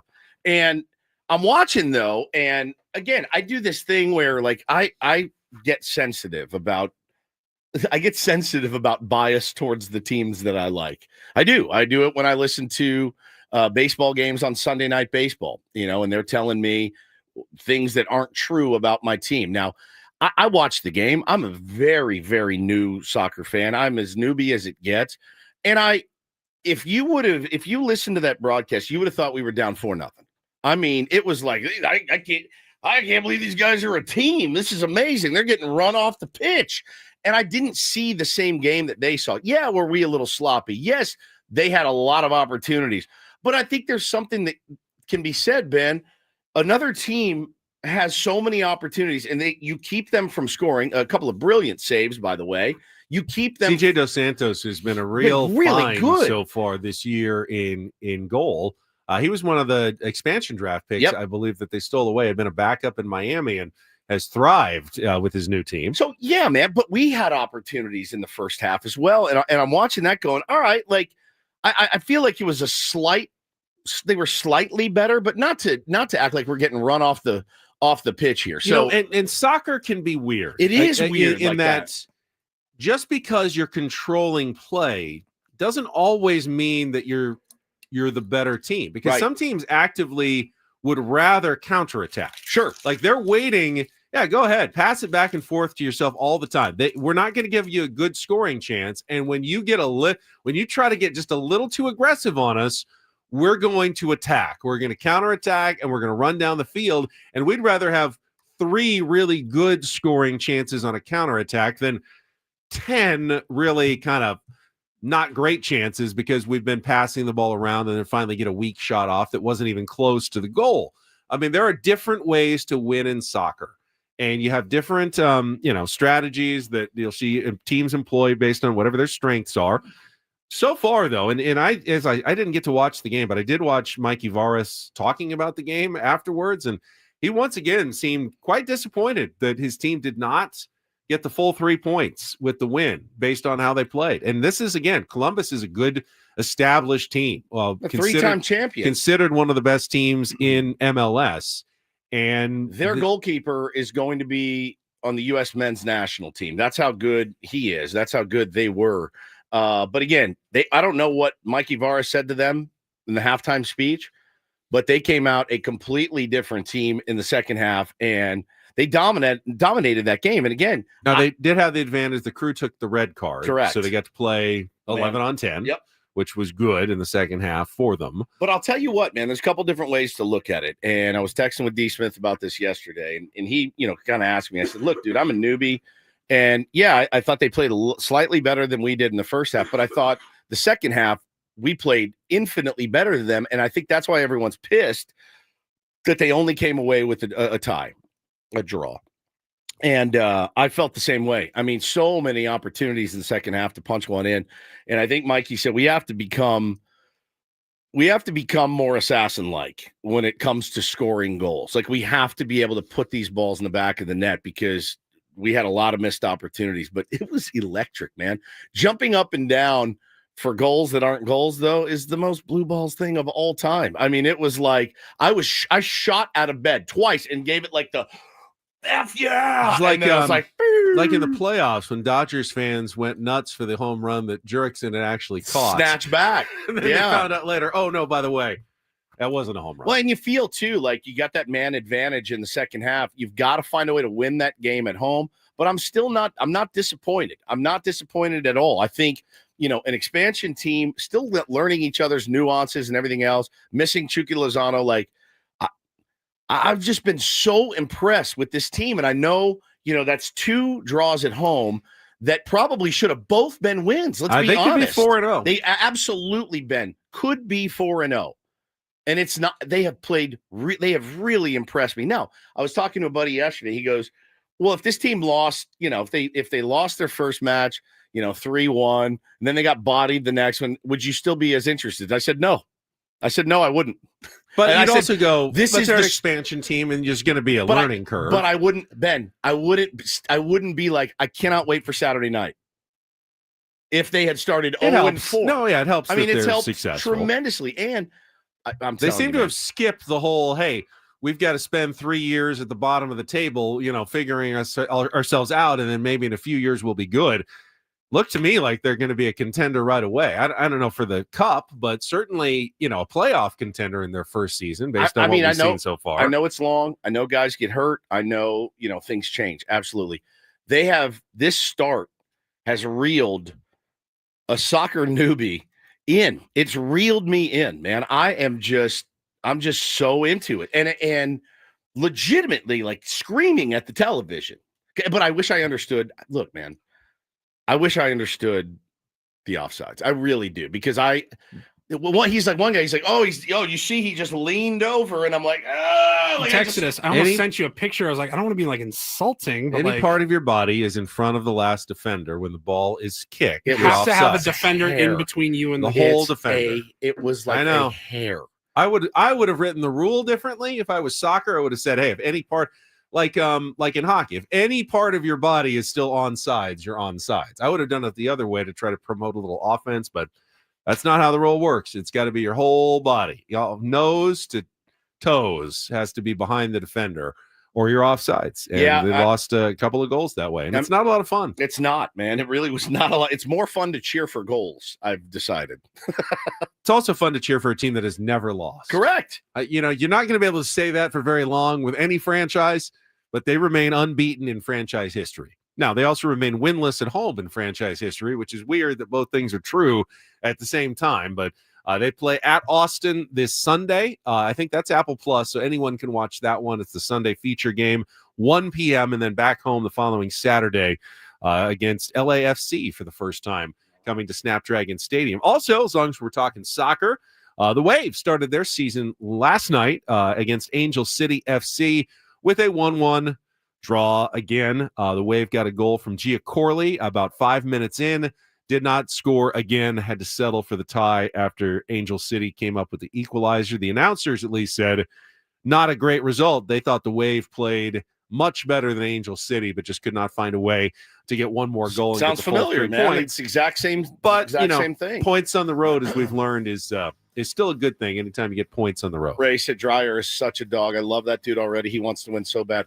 Bro, 1,000%. That's my guy. If I'm buying a jersey, that's the one I'm getting. When we come back, we'll kick off hour number 3 with a St. Patrick's Day tradition on the Ben and Woods Show. Take you to Creighton, Alabama. Next on San Diego's #1 sports station, 97.3 The Fan.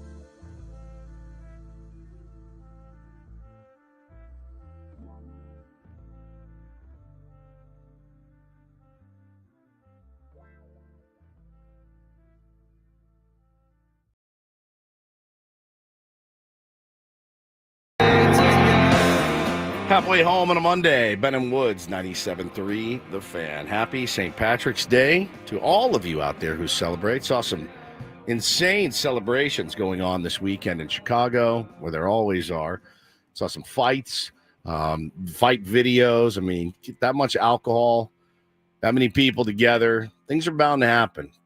They can dye the river green on St. Patrick's Day. How come they can't dye it blue the other 364 days of the year? Is that from a movie? The Fugitive. Oh, it is from The Fugitive. Yeah, I love that movie, by the way. It's an auto stop down. It is a good one. Yeah, I knew it rang. It was Devlin McGregor. Devlin McGregor. Provasic. That was one of the most surprising twists. Dr. When his Charles doctor buddy, Nichols. when he got him, because you thought he was on his side. Of course. He's the good guy. He's his friend. You thought, because he's like, nobody's smarter than Richard Kelly. He's way smarter than me. That son of a bitch was stabbed him in the back. Had his wife killed. Terrible. What a great movie The Fugitive is. I'm Woodsy. That's Paul Reindl. Ben Higgins, your friendly neighborhood sports anchor, joins us as well. And yeah, man, one of our favorite days of the year. I don't do it like I used to, certainly, but St. Patty's Day was always a monster day. Had a Guinness over the weekend. Did you? On Saturday? Yeah, I had a whiskey, and a glass of wine, which was good. It's a country music song, right? There. A little whiskey and a glass of wine. I got my best girl and my red Solo cup. I'm down by the creek on a Saturday night. Got my whiskey and my wine. That's it. Done. I'm not okay because I had me a whiskey top the charts and I had me a wine. Girl, you make me drink whiskey and you make me drink wine. You got the tight jeans on. Girl, you look so fine. It's the dumbest S in the world. I never having some fun with that. It literally makes my blood boil. That somebody's like, yeah, book it. Let's go. CMA for that guy. It's incredible. The key is keeping it simple. That's the thing. Very. Got to keep it simple. The biggest problem for you is that you watched that video however many years ago. Yes. On the formulaic, like the science behind pop country music now. It made me insane. And how these 8 songs all are on the same key, the same, chord progression and all that. And then you can put the word, like it was just all melded together to one country song. It blew my mind. It was like somebody handing me the Declaration of Independence. Here, hold this. I mean, I was like, what in the world? But yeah, you're right, Paulie. But I love St. Patrick's Day, man. Such a fun day. And of course, you have to bring this back on St. Patrick's Day. It's the greatest piece of local news that's ever existed. Ben Higgins, you work in local news. You have actually had to do some kind of goobery stories over the years. You've had to do some every once in a while. What do you call those in the business? Fluff? Yeah. You're a fluffer? Fluff pieces. You're sure you're a fluffer? No, I wouldn't say that. I am just, covering a fluffy story. Water skiing squirrel. Yeah. Right. the water skiing. Did the wiener dog races once? Like what's the most fluffy story? I think the wiener dog races. Did you have to look at yourself in the mirror like before you got out of the car and go? I was pretty young, so I think back then I was like, "Oh, this is just what you're supposed to do." Oh, this is now what I you look do. back and go, "Oh yeah, that's a bad story right there." Yeah, I mean, the Wiener Nationals. Yeah, you did the Wiener Dog Nationals. The Wiener Nationals. Yeah. That's what it was called. The Wiener Dog Wiener Nationals. Did you give it your all? I did at the time. Yeah. Is there any way you could find that audio? No. Yes, there is. Don't think so. Somewhere, somebody It's has like it. 17, 18 years old. It's probably. Don't you guys have archives at Channel 10? Yeah, but they were on like tape back Damn then. it. It's like so hard to find stuff like that. Worthless, man. You have to go through like a log, like an actual like log, book, a that's book in of an attic logs. somewhere, like look around dates and stuff. It's not like you don't have time to kill I do every not, day no. At work. But no, this is an actual news story. And it's out of the Crichton area of Mobile, Alabama. I don't know what year, but we play it every year, and we have to do it now. Curiosity leads to large crowds in Mobile's Crichton community. Many of you bringing binoculars, camcorders, even camera phones to take pictures. To me, it looked like a leprechaun to me. Yep. All I gotta do is look up in the tree. Who else seen the leprechaun say yeah? Yeah! Eyewitnesses say the leprechaun only comes out at night. If you shine a light in its direction, it suddenly disappears. This amateur sketch resembles what many of you say the leprechaun looks like. Others find it hard to believe and have come up with their own theories and explanations for the image. My theory is it's casting a shadow from the other limb. Could be a crackhead that got hold to the wrong stuff. Could. And it told him to get up in a tree and play a leprechaun. We're going to get down to the bottom of this. My favorite. Yeah, still on there, guy. Don't be afraid. Don't be afraid, man. He's got a This guy vest helping on. to direct traffic says he's prepared for his encounter with the leprechaun. He's suited up from head to toe. This wars off spells right here. Yeah. This is a special leprechaun flute. It's not. been passed down from thousands of years ago from my great-great-grandfather who was Irish. I just came to help out. Others just came to get lucky in hopes a pot of gold may be buried under this tree. I'm gonna run a backhoe and uproot that tree. I want to know where the gold at. I want the gold. Give me the gold. I want the gold. This is Brian Johnson, NBC 15 News. What is Brian Johnson doing now? He is, I mean, he should. I would think he's famous. an award-winning journalist. 100%. If he can put a story like that together, the future was very bright for Brian Johnson. And you have to not only get that, you have to get that approved. Like, hey, I want to send a crew out to the Crichton area of Mobile. Could be a crackhead. So the move, I know from experience that. So you go and you do the interviews. Like in the story, you don't know what it is until you get there. Right. And then you start, interviewing some of the witnesses. And I want to know where to go. So no one called the station and said, you guys should come out to Crichton. Well, no, we might have a leprechaun. I'm sure here. that there was, hey, people are gathering, they feel like they've seen a leprechaun. Send out a camera, see what the All right, so excitement's all about. I'll be the boss and you be the guy that says that. Hi, Ben. Come on in. Hey, it's the morning story meeting. What are your pitches? And I'll go like, hey, had a guy told me that a bunch of people are gathering in, Crichton. Yeah. There's apparently some sort of like leprechaun sighting. It seems to be a real community cultural thing that everyone's excited about. There's big crowds. Said what again? They think a leprechaun. Yeah. I mean, we can go get video of the people and go interview some, see what witnesses have seen and turn it into a story. It'll be a kind of to a me, fun it look like piece. a leprechaun to me. It'll be a feature piece, a fun featurey piece on our for the news tonight. station Yeah, about a for our news leprechaun tonight. that lives in a tree in Crichton. Well, it's about the reaction of the community and how they've all come together in search of this Who else leprechaun. seen the leprechaun say yeah? So then, all right, the boss says, all right, if you think you get a story there, I'll see, it's a slow news day, so we'll send you out. And you go with your camera operator and you start then interviewing people who were there. It's and pure gold. Once you've gotten those interviews, you go, I've got some of the best sound bites of all time. How do I work them all into this story? Because I don't want to lose a single one of these. I have like 9 interviews that come along like once in a career. Yeah. And I can put them all into this same story about the leprechaun. And then you get somehow the amateur sketch that you throw in there. And how am I going to do this? And it's like, all right, I'm doing this deadpan serious. Yeah, I am taking I'm doing this as completely seriously as possible. And I'm just going to let the story be the compelling, the selling point of what I've done. I would like to hear it again, Paul. The sketch is just the greatest. The sketch is unbelievable. Ever. Curiosity leads to large crowds in Mobile's there are Crichton crowds. community. Yeah. Many of you bring binoculars, camcorders, even camera phones to take pictures. To me, it look like a leprechaun to me. I gotta do look up in the tree. Who else seen the leprechaun say yeah? Eyewitnesses say the leprechaun only comes out at night. If you shine a light in its direction, it suddenly disappears. This amateur sketch resembles what many of you say the leprechaun looks like.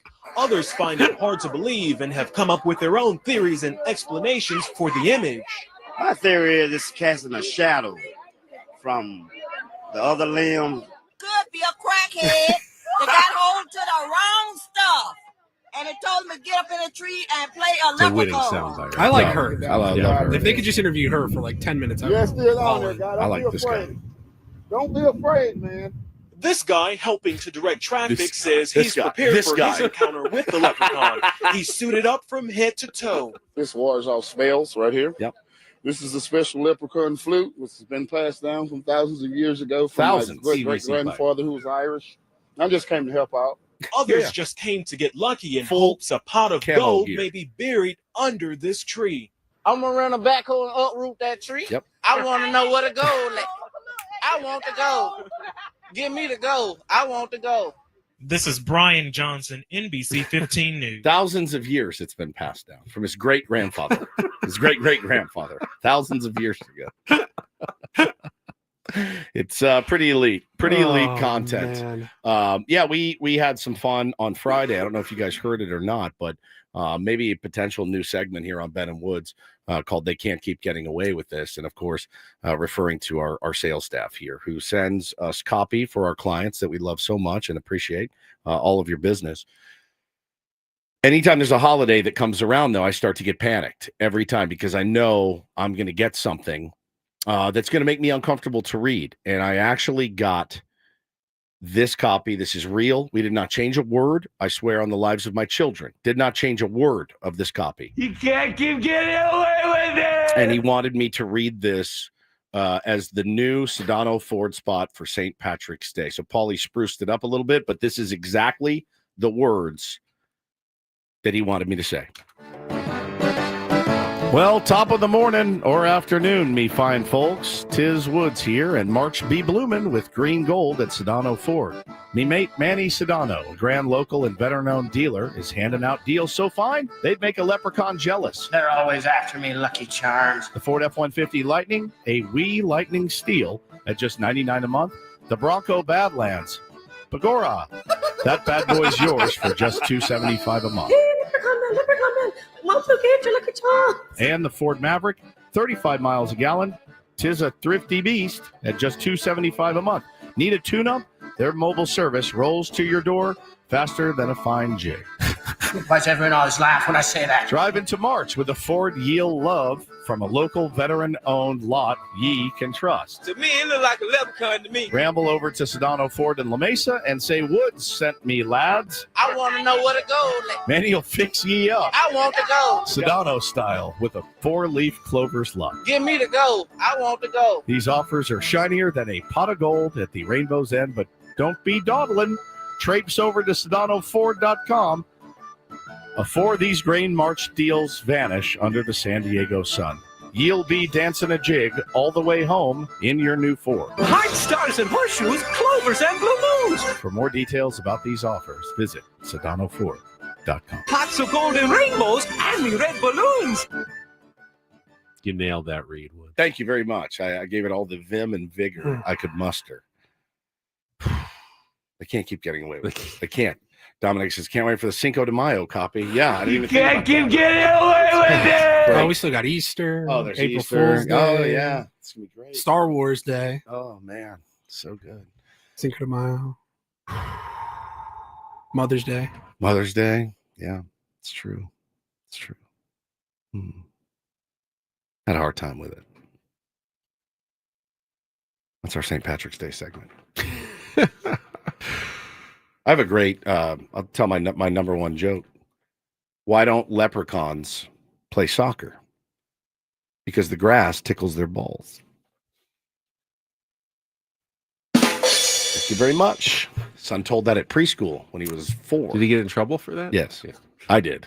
You got in trouble for it. Like, I didn't say. Apparently you can't say balls at preschool. First I've heard of it. Soccer balls. Mm-hmm. That's what you were referring to. Grass tickles or balls. Soccer balls. Yep. We still have Sammy Levitt coming up later this hour. He is down to his final week at spring training. I don't know if he's coming home a week from today is when spring camp breaks. If he's staying all the way to the bitter end, as it were. There's no way they make him stay till Monday, right? Well, I mean, everyone else is. I would think that maybe he is going to be there. What if there's big news on that Monday morning and he left on Sunday? That doesn't make a lot of sense. I think he's there for the long haul. Might imagine rotting that one more weekend. You're just like, last weekend. Now we'll get to hear about his experience calling the spring breakout game on Friday. Yeah. He was looking forward to that when we talked to him. And we almost got no hit in that game. I didn't realize I that. think. Yeah. Did not know that. Great.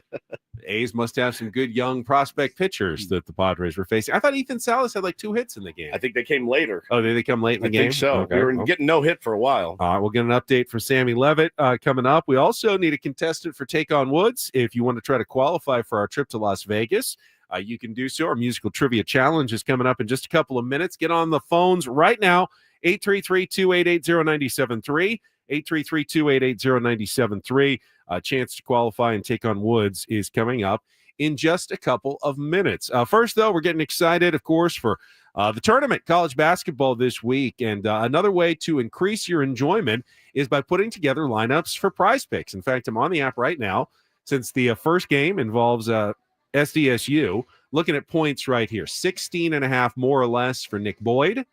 That's a lot. 12.5 more or less for Miles Byrd. You could do 1.5 steals more or less for Miles Byrd. RJ Davis for North Carolina, 15.5 points more or less.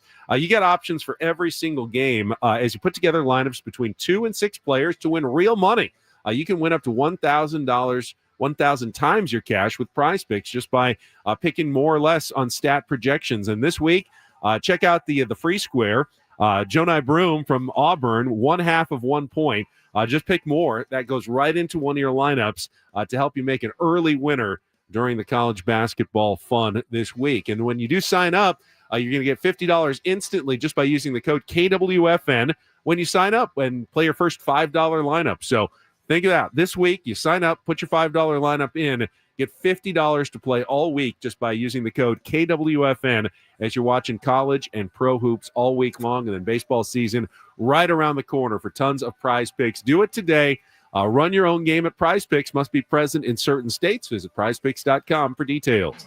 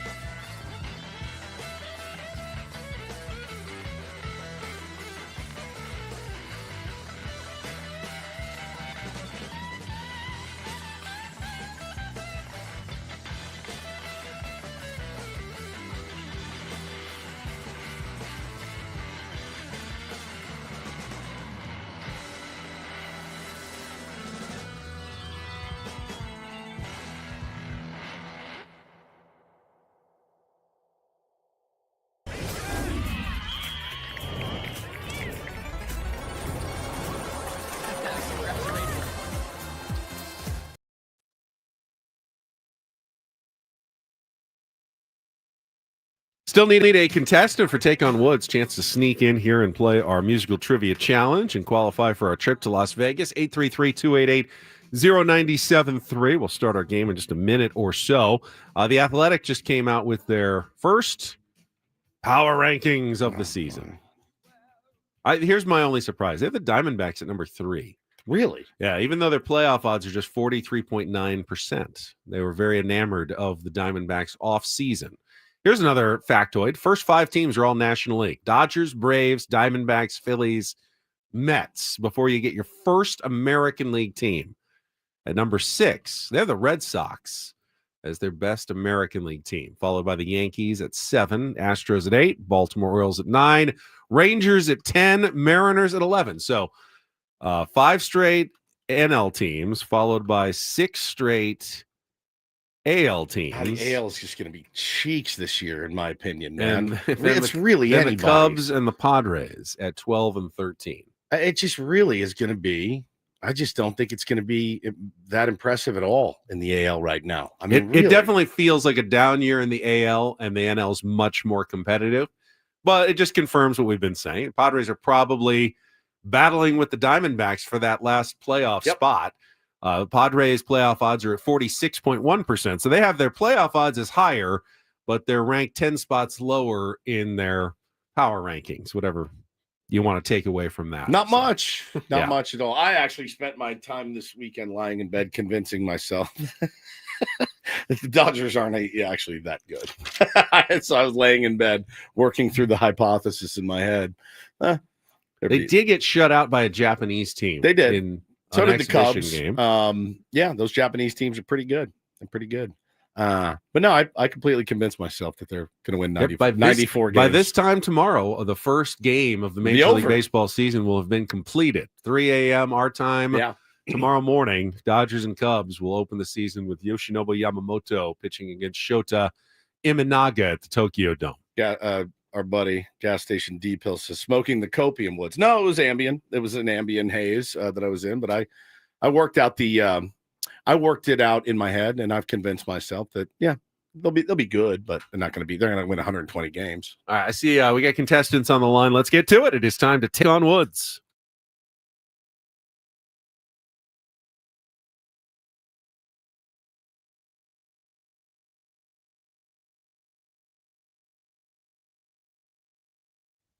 Let's see. Is this Martin? Martin, you there?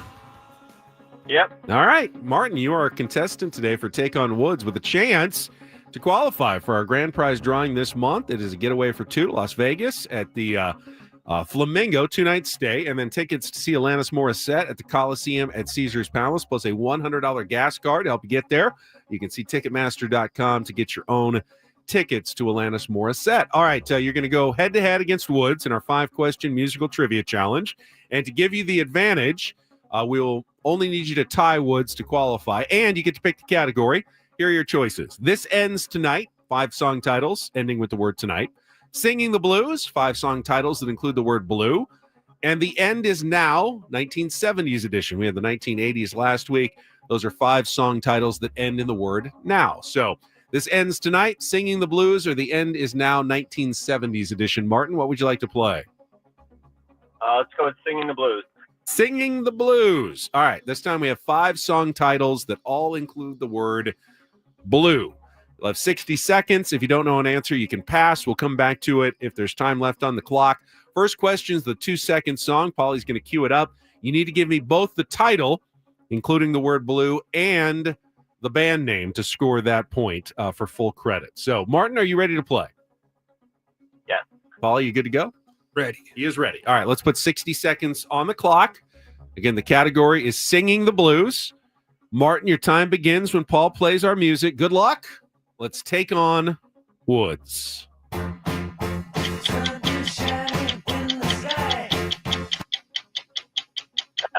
Linda Ronstadt found her signature song in 1977 when she recorded a cover of which 1963 tune by Roy Orbison. Blue Bayou. Correct. Crosby, Stills, and Young sang I Am Yours, You Are Mine, You Are What You Are, and which classic that charted in 1970 about a lost love of Stephen Stills? Pass. Which 1975 song became the biggest hit for the band Ozark Mountain Daredevils? Which 1977 song with a 7-word title became the signature hit for country singer Crystal Gayle?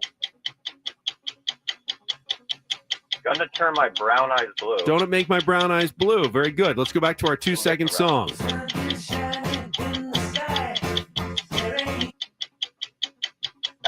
All right, let's go to Crosby, Stills, and Young sing I Am Yours, You Are Mine, You Are What You... Okay, I'm going to give you Don't It Make My Brown Eyes Blue and Blue by You. So we got 2 points there. The song was Mr. Blue Sky by ELO.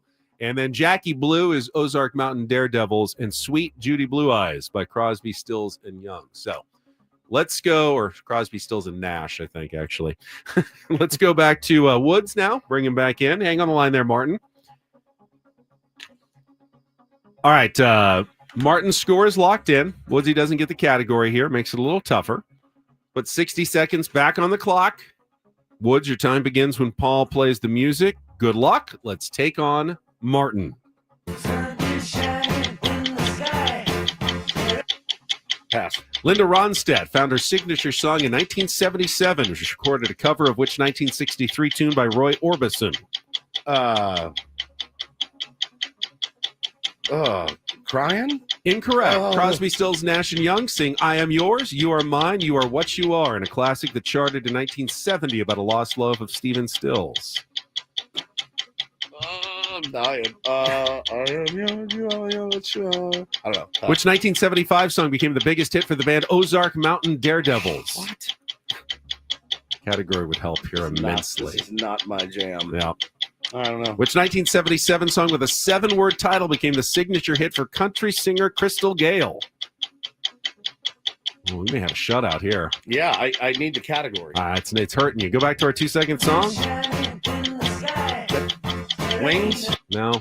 I'm out. Just kill me. Martin, congratulations. Wow. 2-0. Now, give me the category and do this again. The blues. Singing the blues. All right. Every song title contains the word blue. Don't know. Mr. Blue Sky, ELO. ELO. Blue by You by Linda Ronstadt. Let me do it. Oh, sorry. All right. Crosby, Stills, and Nash. Blue. Sweet Judy Blue Eyes. Yeah. Yes. Ozark Mountain Daredevils. Blue Taint. Jackie Blue. Blue. Oh, we just had that. Crystal Gayle. Don't It Make Your Brown Eyes Blue. There you go. Yeah, it would have helped. What did he do? He got 2. Good enough. Congratulations, How old is Martin. That guy, like 70? No, he had trouble too. He was struggling with the old stuff, but congratulations, Martin. You are in the drawing today. Tough category, no doubt about it.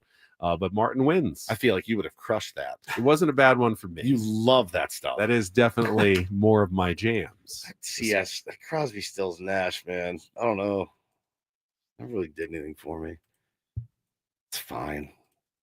It's the harmonizing. I like harmonies, but it was like if I was alive at that time when they were going on, I don't think I would have been all hippy dippy. I would have been like with Black Sabbath and the Doors and all the darkness. I like the darkness. You weren't a hippie either. I'm not a hippie, but I like that kind of music. You were a Soch. That's what you were in your khaki pants and your Madras shirt. Yeah, you're a Soch. I was a greaser. That's how it goes.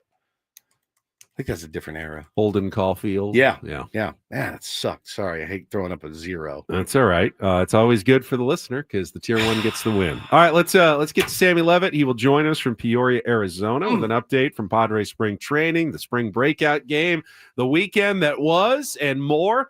All coming up next with Ben and Woods on San Diego's #1 sports station, 97.3 The Fan.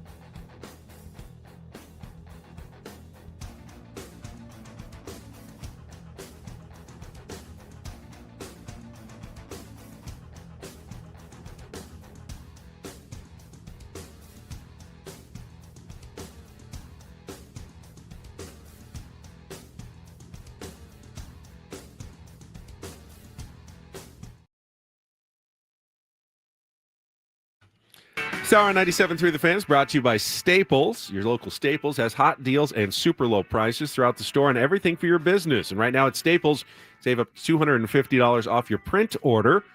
You're going to print a bunch of brackets or something. Exclusions apply. Visit staples.com/print for details. Ends April 5th. Plus, save even more with the Easy Rewards program at Staples. I feel like I want to staple my head to the carpet after what you just told me during the break. All right, so we got Sammy Levitt standing by. He's joining us right now from Peoria, Arizona, spring training, Sammy. And I was just going through Kevin Acee writing about the final roster decisions that the Padres are facing. And this is the one that surprised me. At least this is of the opinion of Kevin Acee. He said, the situation is this. The Padres appear to have decided to go with Jason Heyward as their primary left fielder at the start of the season, which rounds out the 8 regular position players on the roster. It leaves 5 available spots. Interesting. So Elias Diaz, catcher, Jason Heyward, primary left fielder. And he says Gavin Sheets appears to have locked up a spot for a left-handed hitter who can serve as a DH.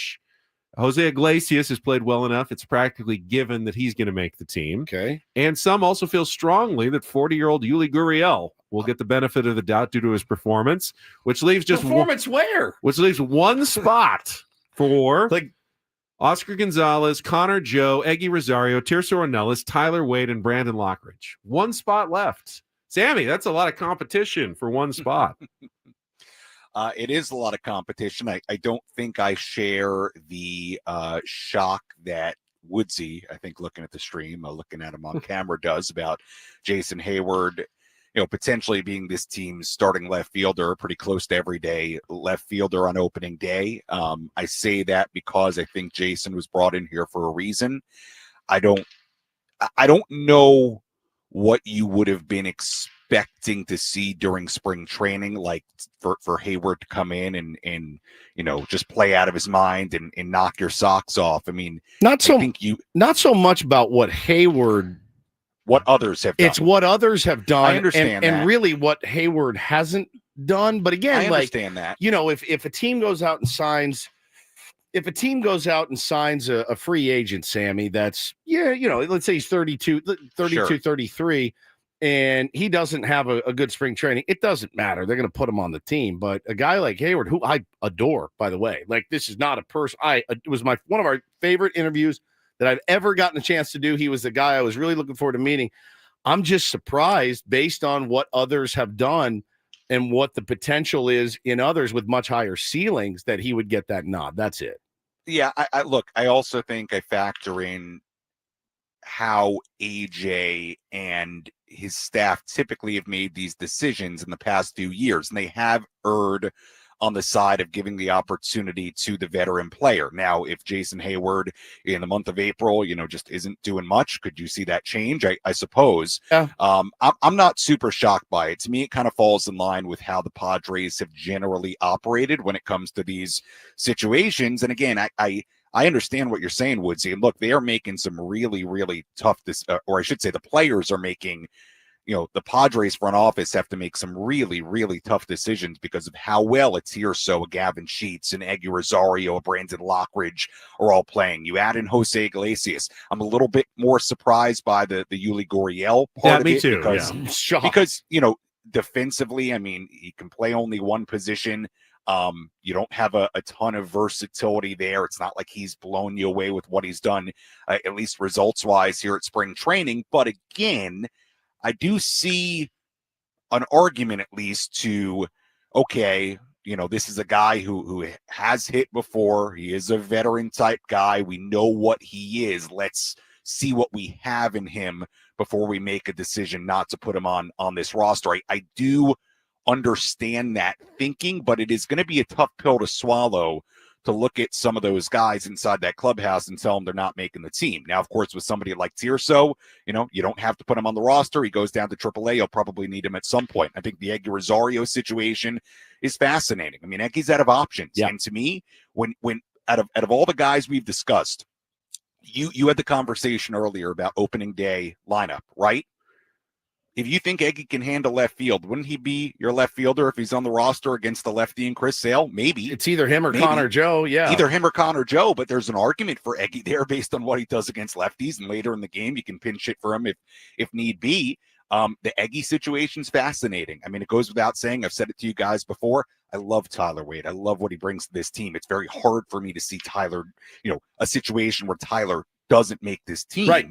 But there are guys that are playing really well that start to make you think about, is somebody like Tyler who you thought was a lock, is that maybe a little shakier because guys are pushing for it? And it's going to be very hard to leave some guys off this roster. There are opt-outs in the Iglesias deal and things like that. I mean, to me, he's on the team. So yeah, I'm with you. The Heyward thing does not surprise me based on what I've heard here and based on what we know about AJ Preller and how they've typically went about these kinds of things. The Kevin's opinion on Gurriel surprises me more. It's not, don't get it twisted. For me, I said this early in spring training. I said, this is how baseball works, right? And the guys will sit around a table and they'll go, well, he is a veteran. He does have 12 years in the league, 13 years in the league. Let's give him a shot. You know how he plays the game the right way. We like how he carries himself. Things like that, right? To be able to, this is not an AJ Preller or San Diego Padres thing. This is a Major League Baseball thing. This has happened since I've been a fan of baseball. Who do we pick up? He made the team. Oh, well, what about the kid having a monster spring that's playing out of his mind? No, we're going to go with the 13-year vet. It's happened our whole lives. And you don't sign a Jason Heyward and then go, and you have to have a great spring to make the team. That's my you point. trust him, which I get. Well, I do. You do. You trust him, but you also say, hey, man, like, I hope he comes in and mashes and makes me look like a buffoon. I'll wear that hat The gladly. one that surprised me, Sammy, is that Connor Joe is still competing. I don't understand that. You signed Connor Joe to be a versatile guy who gets on base, and he has done exactly that all spring training. Why did you sign him? If he could come in and do exactly what you wanted him to do, why would he not make the team? That to me, I think he's exactly what the Padres need, and it will be on this team. So I'd be surprised if he wasn't there. Yeah, I would be surprised too. I mean, I felt for maybe a week or two now, like again, at the start of spring, I had Heyward as a lock. I had Joe as a lock. I had Wade as a lock. And I think as guys have performed better and as I've been around here more, it has become maybe a little bit more evident to me that maybe, in the case of, I suppose, assuming Kevin's reporting is accurate, and Kevin does a very good job, if Joe is competing, if Wade is still competing, that maybe some of those quote unquote locks that I had at the start of spring training aren't so much locks, but I'm with you. I typically think Connor Joe is a good fit, can play multiple positions. He's had a nice spring, and I'm with you, Ben. And I think they're different situations, but I think the same goes for Heyward. Hey, why'd you sign him to a major league deal and bring him in if you weren't going to put him on the team based on what happened in spring? So, and are you going to get convinced so much off of spring performances to go leave him off a team for somebody else? I don't really see that. I guess there's a chance with somebody like Connor Joe that he gets left off for somebody else, but I'm with you, Ben. I don't see that. But with that said, guys are playing well, and maybe that is part of it, that guys are pushing somebody like him. So why didn't last year then, guys? Why didn't we go bring in Kevin Pillar, to take center field from Jackson Merrill? They were that, because the rumor that I heard was that these dudes were literally sitting around wringing their hands going, should we put him on the plane to Korea or not? Should he be there? I don't know. This year, obviously Jackson Merrill's your center fielder, and it worked out well for him. They look like geniuses because of Jackson Merrill. But I mean, just because you bring in a veteran on a $1 million deal, like, look, if they signed Jason Heyward to a three-year, $18 million deal, I would have gone in spring. I would have gone at the beginning of spring training. Oh yeah, that's your left fielder. They didn't. They signed him to $1 million. They can let $1 million go. It happens all the time.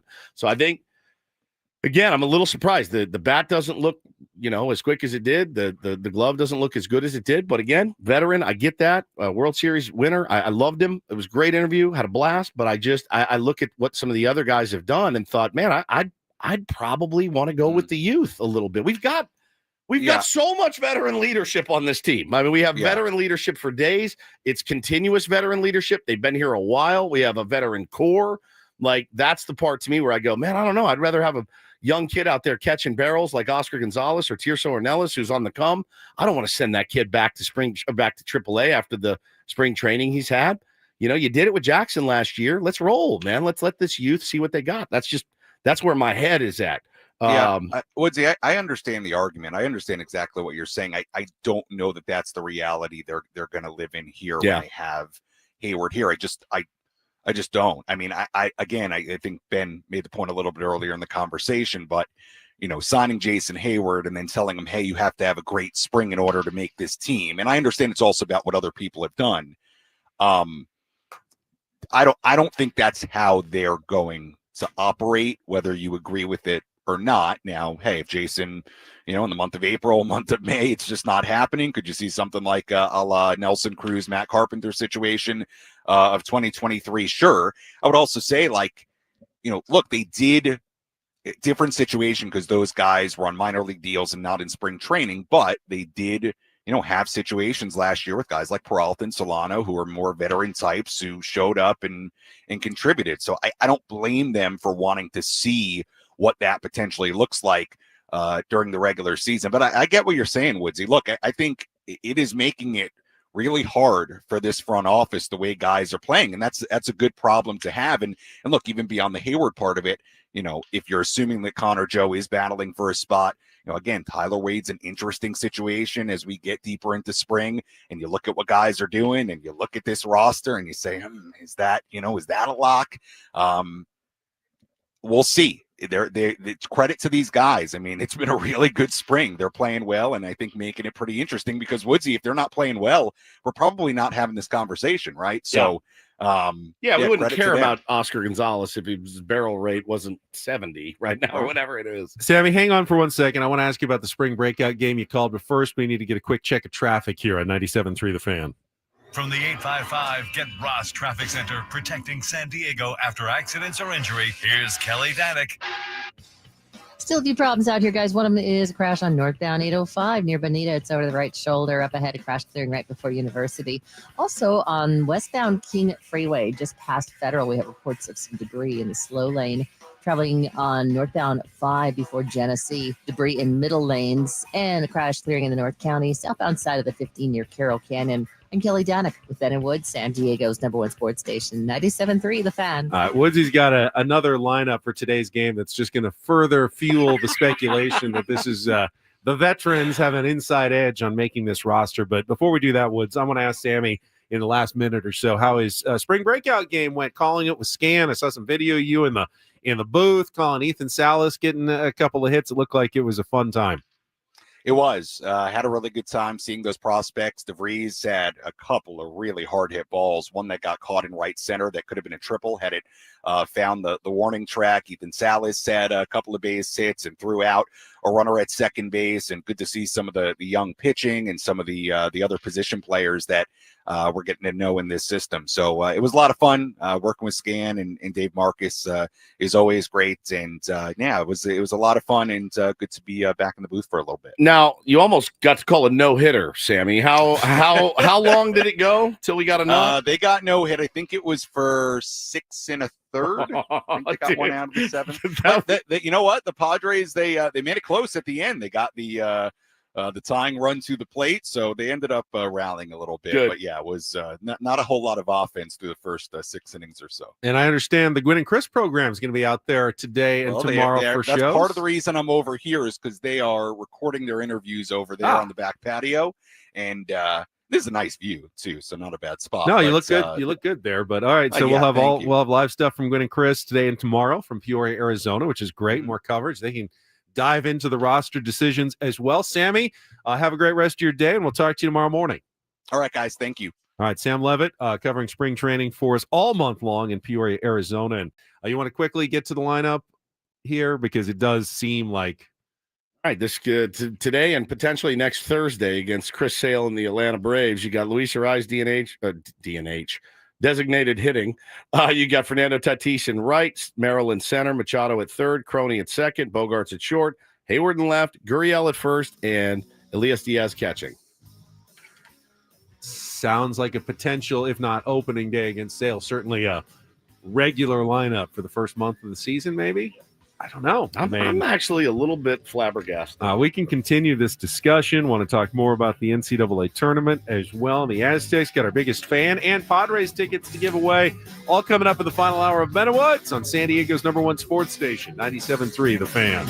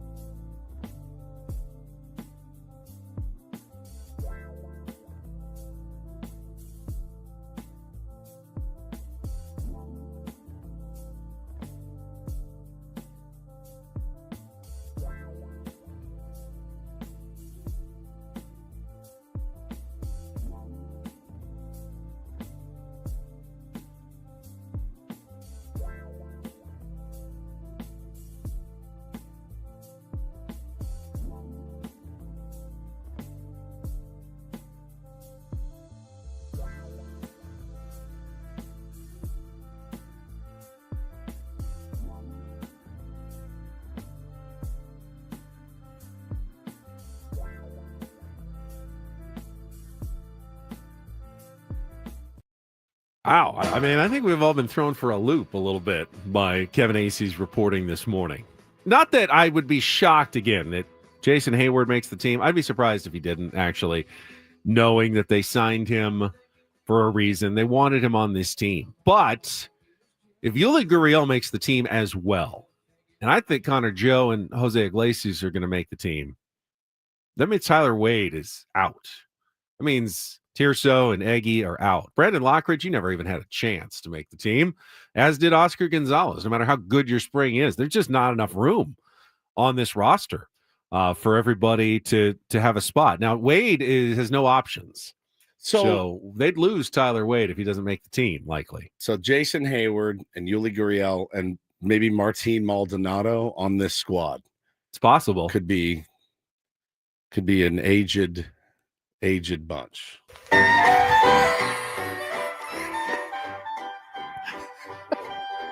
Now batting.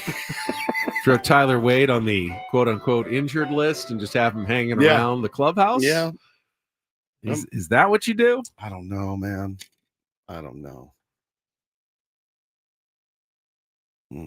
One person who will be in on the decision, illustrated the conundrum the Padres will face as he thought out loud about what could come down to a choice between Wade and Lockridge.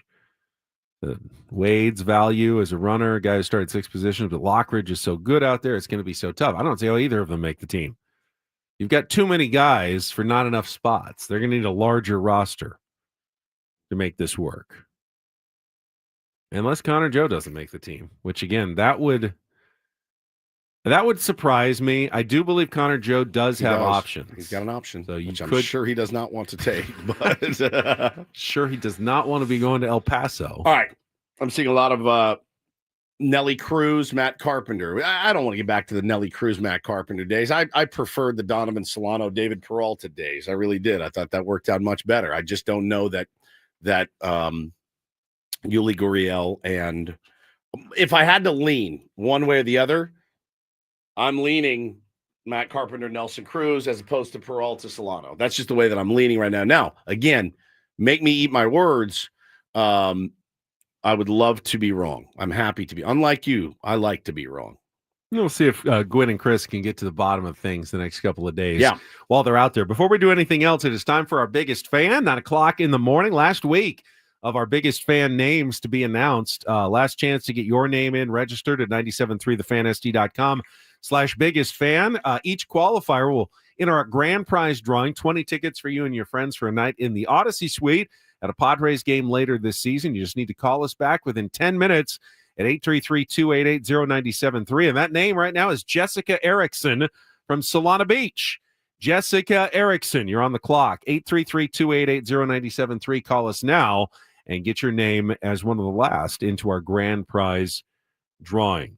Yeah, I mean, it's going to be a difficult decision, no doubt. And that's a good thing as well, because you've had a lot of guys performing well during spring training that look like they could help your team this year during spring training, including, Oscar Gonzalez. It looks like a guy who might be able to help your team. It doesn't look like there's a spot for him on the San Diego Padres. It's a weird thing. It's Yuli Gurriel at 40 years old. I can't even say his name. I'm so flummoxed. I just did not think, and I kept watching him get all these ABs, and I'm like, what's the impetus behind this? And I just don't see it, man. I don't see the vision. If that's the vision, I'm not. I'm not. It's not that I'm not on board with the vision. That's not a sure thing. I gotta eat the soup, right? Again, he says some also feel strongly that 40-year-old Yuli Gurriel deserves the benefit of any doubt due to his performance this spring and his big league experience as a DH with a 764 career OPS. Yeah, I mean, if it was a career 854 OPS, I'd say okay, benefit of the doubt. But when you got a 40-year-old with a career OPS of 764, Ben, don't you have to get him in? Well, if he was last year anywhere near there, maybe, but it's been a couple of years since Yuli Gurriel has performed even at those levels. 0.1 WAR last year. I think you lose the benefit of the doubt, don't you? I'd rather have Connor Joe than Yuli Gurriel. Really hasn't had a good year since 2021. Yeah. And he had a good year then. 319, 15 bombs, 81 ribs. He was okay the next year, but it's been a steady decline. Kind of think I'd rather Tyler Wade over everybody that we've mentioned so far. I mean, I just like Tyler Wade. I do too. I like Tyler Wade as a person. But speedy and hits, 6 or 7 different positions for you? Yeah. He can play a lot of different he can't. positions. His OPS is 500. Right. I mean, he's not going to help you offensively, really. No. I mean, he'll lay down a bunt. He'll steal a base. That's what we're talking about here. Yeah, that's what we're talking about the end of the bench here. But if you're going for the faster guy, Lockridge is probably your faster, better choice. better Plays the defense in outfield better in Yep. the outfield. I mean, he might be a more versatile choice. But see, the thing for is this roster than Tyler Wade. We're not talking about last guy on the bench here. We're talking about Jason Heyward has locked up the starting left fielder's job. We're not talking about, you can come off the bench, swing it from the left side. We're not talking about the last guy on the bench here in Yuli Gurriel. We're talking about Yuli Gurriel is going to play first base and bat against left-handers for the first 2 or 3 weeks. Yeah, I mean, that's always the possibility too, is that, hey man, it's not working out on your way. But I don't know, man. This isn't like Matt Carpenter had a 2-year deal that we had to ride out until August, September. Remember, he just sat there for a month. And you'd say, why isn't Matt Carpenter playing? And then he would get an AB and you're like, oh, that's right. He's swinging a wet Union Tribune. I don't think either of these guys, whoever makes the roster, whether it's Gurriel, Heyward, whatever, I don't think we're waiting until August to see what they've got. I don't think so either. I think Sheets makes it. I think Iglesias makes it. I think if they're on the roster on May 1, it's because they're swinging it. They're playing well. Yeah, I don't think they make it much further. Heyward than that. had a good first half of the Dodgers last year, but I don't know, man. I don't know. I don't know. To be a fly on the wall as AJ and Mike Schilt and Morning, AJ's guys are trying to make these decisions. And Michael G just crushed us. He said, "You guys were the ones saying there's no bad 1-year deals. How's that feel now?" It's not a bad. If they cut him, it's $1 million. Right. It's fine. There's no bad 1-year deals unless they're your starters and they're combined 77 years old. It's $1 million. That's not a bad 1-year deal. That's actually a very reasonable 1-year deal. I think we were more talking about, hey, Verlander's out there for $17 million. There's no bad 1-year deals. One of my other great concepts and sayings, and I didn't coin this one. Are you sure? But but you said this is one of my great concepts. Well, it's the one that I talk about a lot in baseball. It's a sunk cost. Oh, sunk cost fallacy. Because just because you spend a lot of money on a guy doesn't mean that you're never getting that money back. No. So by playing a bad player just because they're making a lot of money to try to justify the expense, we call it the Eric Hosmer. You're just compounding the mistake Correct. you've already made. Now you're making 2 mistakes. You made a mistake by paying him all that money. Now you're making another mistake by paying him. Just make one mistake. Make one mistake. You signed a guy you shouldn't have signed him. That was Matt Carpenter. They made the one mistake.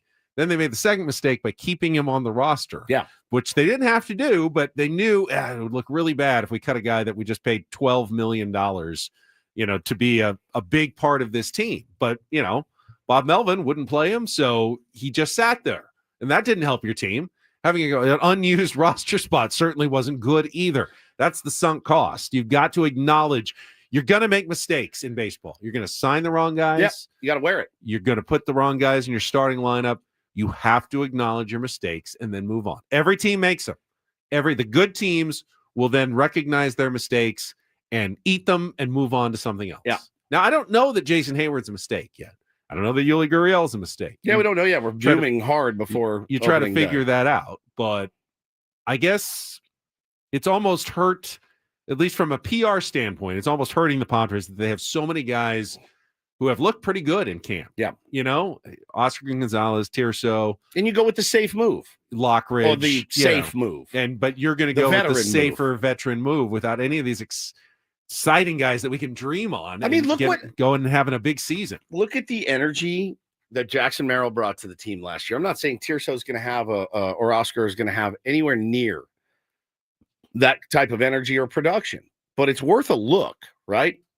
It's worth a look, in my opinion, over, a guy that's got 16 years in this game.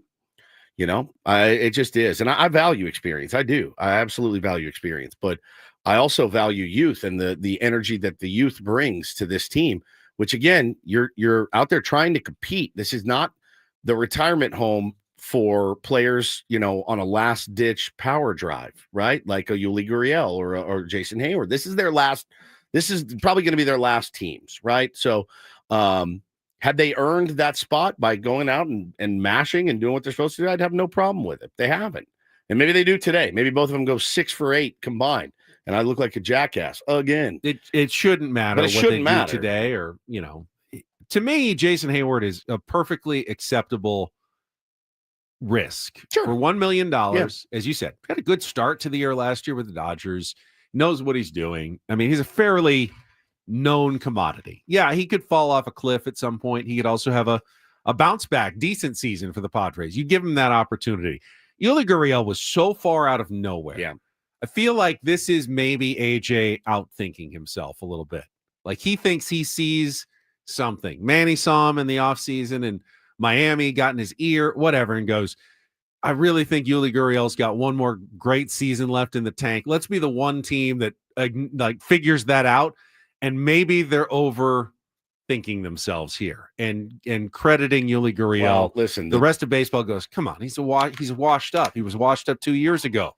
The only way to be wrong about this is if he goes out and rakes, and if he makes the team, he's got to go out and rake, and I'll be rooting for him. I'll be rooting for Jay Hay. I'll be rooting for Lockridge or anybody else who makes the team. But look, I realize there's options, there's business decisions that have to be made. It's just it's so odd to me with a week left of spring training. Like, no, they got it locked up. What? Why even have spring training then? I mean, at least Sheet seems to have made the team with the 6 home runs. with his, if he has, I think we'd all riot if he didn't make the team. Yeah, that's one of those you feel like, no, dude, this guy's absolutely earned it at this point. So yeah, we'll see. All right, we've got some tickets to give away. I don't know who's going to be in the starting lineup, but you can be there on March 31st when the Padres take on the Cleveland Guardians. It is a Monday night. It is the Jackson Merrill bobblehead game. The first 40,000 fans in attendance will receive a Jackson Merrill bobblehead. You can get your tickets at padres.com/tickets, or you can win a pair right now by calling 833-288-0973, 833-288-0973. Fourth caller is going to take the tickets right now, 833-288-0973.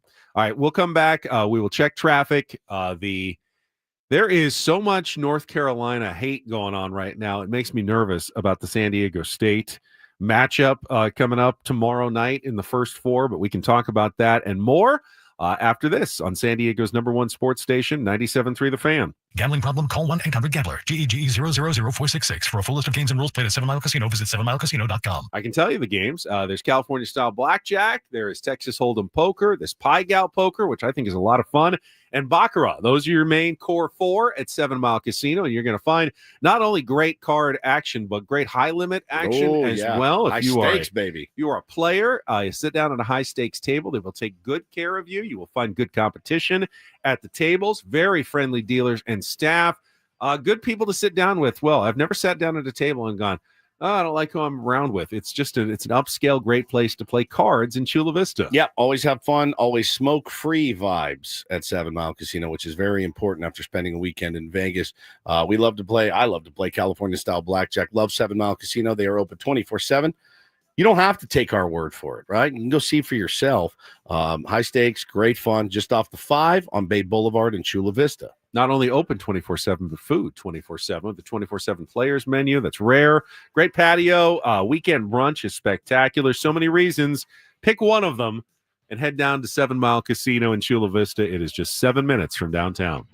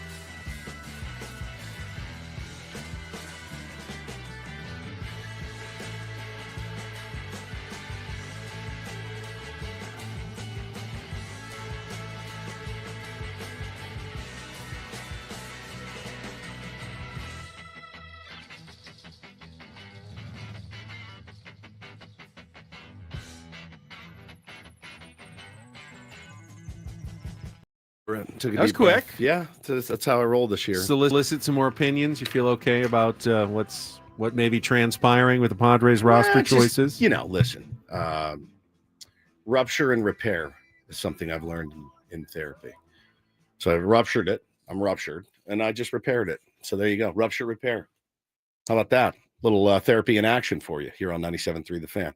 Rupture and repair. You are our mental health coach in San Diego in the morning. That's pretty sad, then, if I'm your mental health coach. My advice to you as your coach is seek mental health help, not from me. That's my advice as your coach. All of you listening, seek mental health.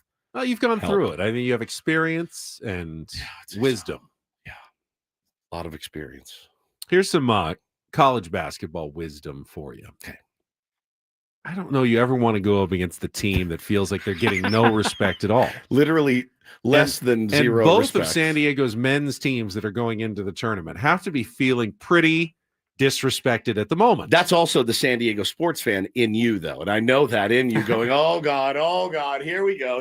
Because we talked about this earlier. Everybody is picking UCSD as a 12-5 upset. Seth Davis got him Sweet 16. He is as high on them as you are on an Elam ending, my friend. Jason McIntyre, who does he work with now? He was with the Big Lead, but now he's on one of those national shows. He goes, I'm giving out. Yeah, Coward. He said, I'm giving out one pick only in the first round. UCSD over Michigan. Wow. Said Michigan's a fraud. They're not going to beat UCSD. Go. If I'm Michigan, I've got all the bulletin board material in the world to make sure that my players come out and are taking UCSD quite seriously in that game. There's absolutely no way Michigan doesn't prepare like this is the Final Four against UCSD because they know everyone is picking them to lose. And now North Carolina is getting all kinds of bulletin board material because they are taking arrows from every direction from people who said they are the least worthy tournament team of my lifetime. 1 of 12 quad one. How did they get in? Do it, right? ESPN's Sean Farnham. Here's his quote. This has to be a typo. North Carolina can't possibly be in the NCAA tournament field because they had ample opportunities to improve their resume. The fact that West Virginia is not with 6 quad one wins and North Carolina is in with 1. Who's not? West Virginia. They had 6 quad one wins. North Carolina had 1. West Virginia was the first team out. And if they thought so highly of the ACC, I mean, North Carolina played in a great conference. How is an 18-win Louisville team an 8th seed then? So you didn't even think the ACC was that good to begin with.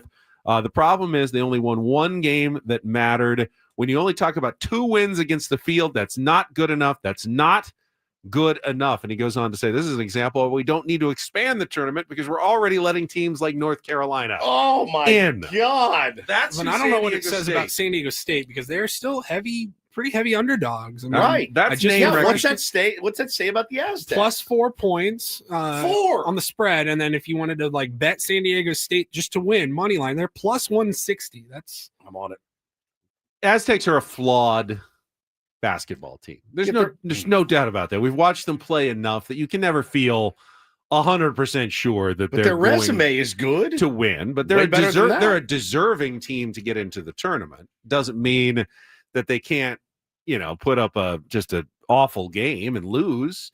But the only reason North Carolina is favored is the words North Carolina on the front of their jerseys. Michael Jordan and James Worthy.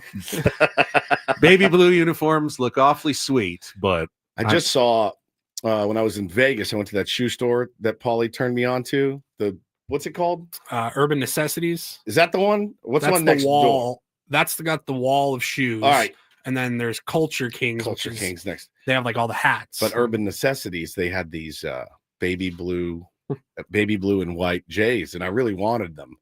But I don't, that's not my team. Right. But they were, I saw the shoes that the Aztecs are going to be wearing, the Jordan brand shoes. They're sharp, sweet black shoes that they'll be wearing for the tournament. You know what? San Diego State is just as decked out as even UNC is. But yeah, there's no reason this shouldn't be at least a pick'em game. North Carolina does not deserve to be favored in this game over San Diego State. Fairly heavily favored. San Diego State has more and better wins than North Carolina did this season. North North Carolina obviously has athletes. They have, There's RJ Davis. He's really good. Yeah, absolutely. They're North Carolina. They're going to recruit some good players, but they did not come together at all this season.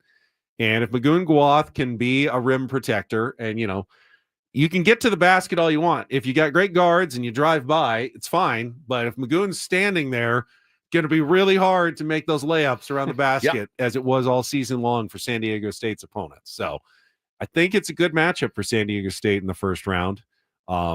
We'll see if they can actually, make a few shots. Don't think it's going to be a high-scoring game because, well, it's an Aztecs game. So probably imagine, like a 65-61 type game. But, yeah, I definitely like the Aztecs' chances of winning this game. Hope that doesn't – I think I jinxed them last week. I'm not going to say a word. I'm just going to – I'm going to say we'll let it play out. I like our chances well enough. I am surprised at that number. I am surprised that if you bet $100 on the Aztecs, Ben, you can win 160 if they win outright, that surprises me. Yeah. Certainly. I wonder if that's based on how the conference tournament went and North Carolina taking Duke down to the wire. Duke had like a 22-point lead in the second half of that game. Like, I think it was more that a Cooper flagless Duke choked it away. Right. Than UNC necessarily fought. I don't know. But we'll see. That was the last time we saw them. That's what the committee might have been going off of in their back of their minds. I'm not sure, but we'll know tomorrow. It's a little disrespectful. Going to take a good coaching job by Brian Dutcher and his staff because they found out they were playing North Carolina, afternoon yesterday. Obviously, I'm sure they put in a ton of game film last night, but they didn't have a chance to actually, practice. They knew who the bubble teams were, though. They probably had. I'm sure they started looking, but and now because the game's on Tuesday, they have to be there for a practice this afternoon. So I'd assume they're already on their way.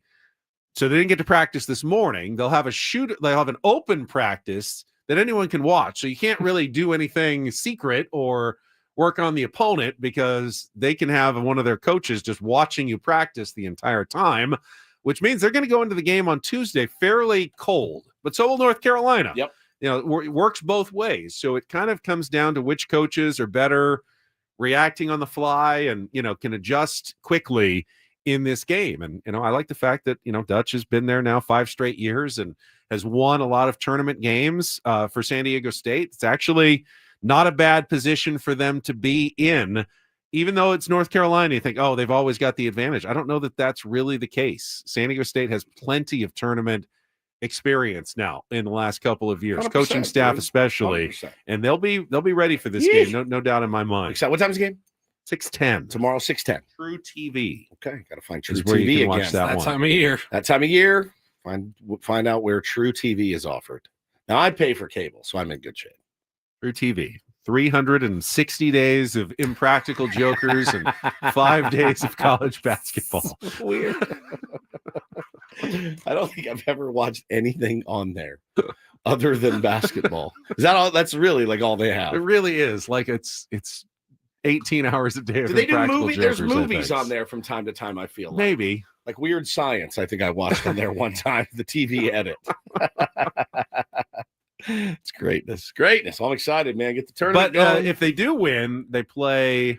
They've got Friday at 1:00, I think. Yeah, and they've got who's announcing the game? Kevin Harlan. Kevin Harlan would be on the call for Friday night's game in Milwaukee against Ole Miss. Oh, they do have some good documentaries on True TV, Adam. Do they? I've seen some on there. I think I saw some Mafia. Okay. See if Paul can find it in real time. Just see what's on. We got Direct TV. True TV, Impractical Jokers. Oh my God! Now you scroll right. 12 hours. Impractical joke. Impractical. Okay, wait, hold on. Wait, 4 o'clock today.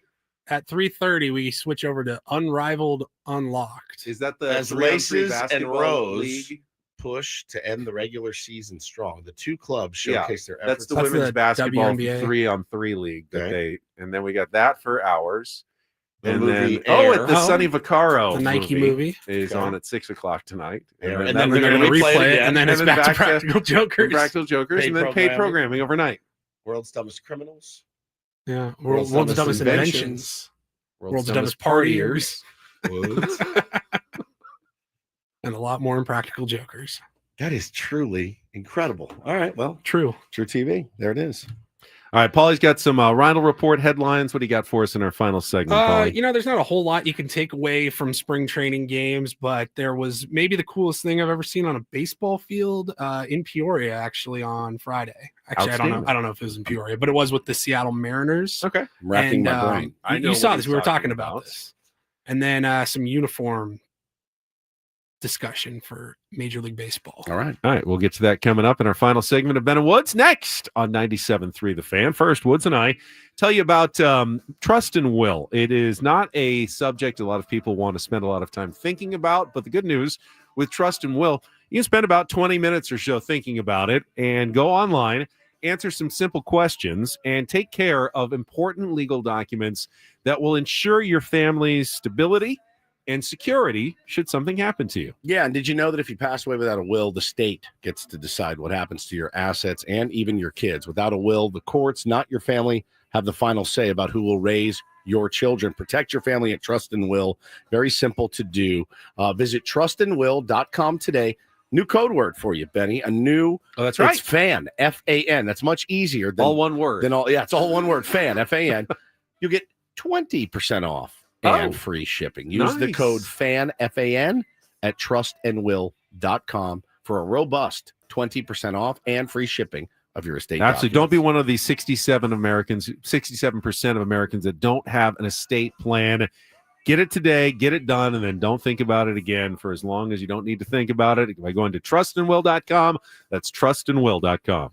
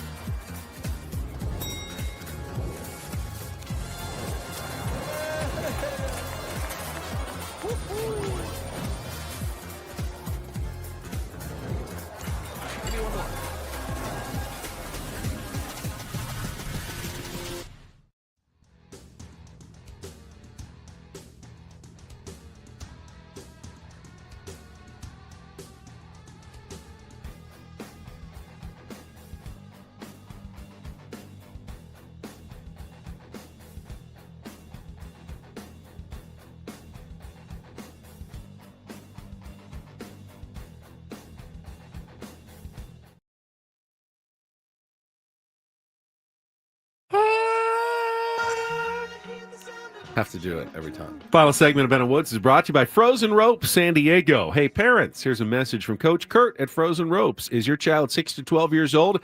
Their baseball summer league is the perfect fit for your player. Starting June 16th through August 17th, Summer League includes 8 practices, 8 games. Register by March 31st and save $100.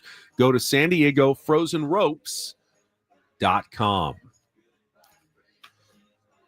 I don't know. I get nervous during March Madness. There's going to be a lot of nervous basketball watching this week. Nervous, Ben. How were you yesterday? I was working a Seals game, so I was going to check on you. I was nervous as the selection show. I was kind of waiting for it to come on, anticipating. I wasn't that nervous. I was just kind of following the other conference tournaments over, Friday, Saturday, and even into Sunday morning. I'm like, man, there weren't a lot of bid stealers. I just don't.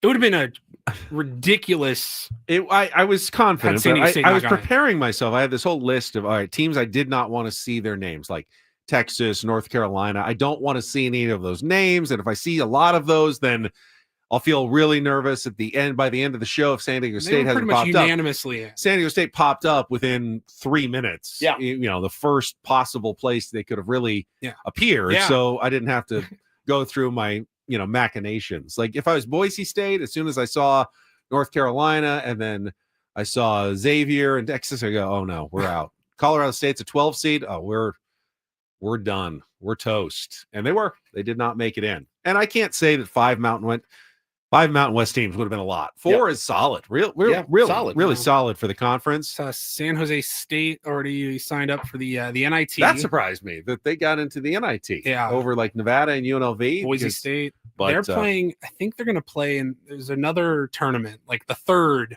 postseason tournament. It's new. Crown? It's like an NIL tournament. College basketball Crown. It's like Fox Sports has put together their own tournament. Oh, really? How many teams? 16 or I something, don't know I think. Yeah. enough about it, but maybe that's like where Boise State's going now. Let's hope Aztecs fans, we don't have to learn about these tournaments anytime soon. You don't want to be in any of them. No, you just want, this is the one you want. Yeah, this one, and then the that NIL one that they were in this year that helped them, by the way, get to this tournament. Don't forget. Oh, yeah. Had the Aztecs not been invited, remember, they were going to be playing in that Acrisure Classic in Palm Desert, and they got the late invitational to the Players Era Festival. Yeah. And got games against Houston and Creighton and Oregon. And they won 2 of the 3, including against the number 1 seed in Houston. They are not in the tournament if they don't get that invitation. And they also won over $1 million for their players. I mean, what a win situation for San Diego State by getting to go to Las Vegas for those games. Congratulations to the Aztecs. All right, Paulie's going to wrap things up with the Reindl Report right after our last check of traffic here on 97.3 The Fan. From the 855 Get Ross Traffic Center, protecting San Diego after accidents or injury, here's Kelly Danek. Still a few problems out here, guys. One of them is a crash on northbound 805 near Bonita. It's over the right shoulder. Up ahead, a crash clearing right before University. Also on westbound King Freeway, just past Federal, we have reports of some debris in the slow lane. Traveling on northbound 5 before Genesee, debris in middle lanes, and a crash clearing in the North County, southbound side of the 15 near Carroll Canyon. I'm Kelly Danek with Ben and Woods, San Diego's #1 sports station, 97.3 The Fan. Started here with our today's edition of the Reindl Report. Now tuned into the greatest. Welcome to the Reindl Report with Paul Reindl. Hi, Paul. All right. 2 stories from the world of sports that we haven't gotten to yet. We'll start off in Major League Baseball. And 1 story that you didn't know you needed. Are you laughing, biatch? It's the Reindl Report. Hey, Paul, how you doing? Okay, how are you? On 97.3 The Fan. Are you ready to bless the mood? I need some help, please. That was good. Can I get a yeah? Oh, yeah. All right. All right. Happy Monday, friends. It is the Reindl Report brought to you by the Craft Taco. Whether you're craving tacos for lunch or a craft beer for happy hour, the Craft Taco is the answer. Now open in Balboa Park and Sorrento Valley. All right, we will tease it. Start off Friday night. This was, where did the Cubs play in their spring training? They played Mesa. We go to Mesa, Arizona. Saw some clips from the Mariners-Cubs game going around on social media. And I go, I just don't know that I've ever seen this before in my entire life on a baseball field. Talking about Gerangelo Sinjay. Yes. I believe I'm saying his name correct. so. He is an ambidextrous pitcher who was throwing 92 from the left on one pitch, and then he has, like, I'm sure it's a special glove. Flips that he on over. Flips it over. Now he's throwing from the right side where he was touching 95. Stupid. I'm dude. assuming with a name like Gerangelo, he's also a Reuben, like Jurickson. He played for Curacao in the Little League World Series, I think I Curacao, saw back in the day. And just to watch a game clip of him throwing one, all right, get the ball back from the catcher, switch gloves, switch hands, and he was able to do it from the right side again as there's well. been a couple of like switch pitching. Yeah, there was a Vendetti. Yeah. Yeah, Pat Vendetti. Yeah. But none that threw over 90 both sides. I mean, there was one of them was like you throw like a curve ball or here's like my left-handed. Here's how it would look left-handed. That would I'll be show you right-handed first. Right-handed would be I'll show you right-handed normal on the looking. mound. All right, Okay. Boom. Boom. Boom. All right. Okay. Fine. Now All right, lefty. Now see if you can even do it. All right. You going the other way? All right. Oh God. Oh yeah, that's not good. It's That would not go very well. 50 cents. It's the most. That was a 50-cent first pitch. It is the most uncomfortable, weirdest thing ever, and this guy is slinging it mid-90s from both ways. Really cool to see. So what's the deal? Is he going to make the team? Is he? What's his prospect? I don't know that like? this stuff was like overpowering. It's the awe of watching a guy, if you're in the box and he's switching hands on you like No, that. you can't do that though. You can't go mid at bat. Is my understanding. Well, it only matters no. if there's a switch hitter, right? You both have to announce. I think the pitcher has to first of all say, "Okay, I'm throwing you on deck. left-handed," and then Yeah. the batter says, "Okay, then I'm going to go right-handed." A switch hitter always gets to go the other side. Adam Paul said Jim Abbott did this. No, he didn't. just had So one he arm. had one arm. His glove, he would switch it from one yeah. hand to the other So that- because yeah. he didn't couldn't have. throw. Yeah, he had a hand, but that was not. I'm not going to say it, but Jim Abbott was one of the he most was amazing, absolutely incredible. amazing people in sports. Friggin' history. no hitter, insane. He's a good fielder too. Yeah, could pick it. He fielded. They his try to position bunt on well. him too. He's Yeah, like, oh, yeah. "Come on, bro, come on." All right. Got a story here about a new partnership in Major League Baseball between Fanatics, Nike, and Topps baseball cards. We have a Topps card in our studio now because they had, they have all the different lines every year for each, for Topps, for example, for Major League Baseball. And one of the lines that they had was, I don't remember exactly what it was called, but it was very select. Only a couple of hundred cards of each player were made.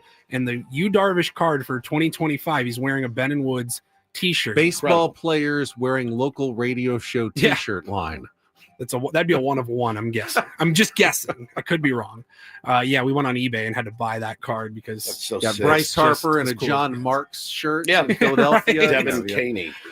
However, now Topps has a new line. So they had this very successful rookie debut patch autograph cards last year. So, Paul Skeens, Jackson Merrill, they take a patch of the jersey, put it into a card, autographed it. It was wildly successful.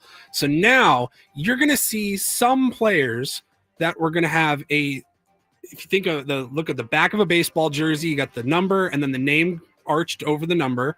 And then right above the name, it's the MLB logo. There's going to be a handful of players, very select players, that will have gold MLB logos on their uniforms this year.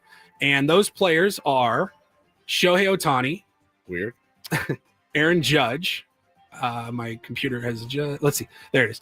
Aaron Judge, Shohei Ohtani, Paul Skeens, Luis Gil, Tarek Skubal, and Chris Sale.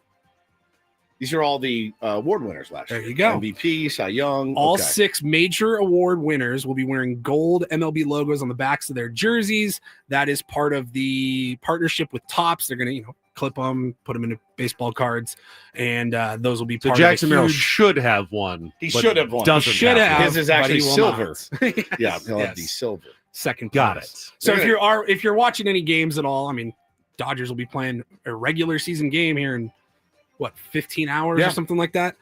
So if you do happen to see a gold MLB logo on, like I said, only 6 players, that's why. Okay. And they're doing special cards for them. Correct. A lot of cards, man. Whew. Yeah. Lots of very confusing to keep up with these days. Yeah. Not like it used to be. No, there's cards for each baseball player each season. Gold Yeah, and that MLB was logo it. patch throughout the 2025 season. These game-worn patches will be featured in unique autographed Logo Man trading cards. Ready for baseball players, like the body hair. They can put different parts of body hair. And it's Jackson Merrill's underarm hair. And this is his card. And it's got a little bit couple of wisps. Justin Turner's yeah, Justin Turner's beard hair. Pubes. Okay. Finally, got a story here out of Wisconsin about the Big Mac Here's guy. Paul Skeen's pubes. Okay, Stop saying it. We're Stop done. saying it. In one of those little Good. circles, We heard you know, it. on the Yes, card. yes. We know your sense of humor. Got a story here about the Big Mac guy in Wisconsin. Have you heard of the Big Mac guy? What? I am the Big Mac guy. I was. I don't know that you really are. How did you gain all the weight? Well, 71-year-old Don Gorski. Don Gorski. Where's he from?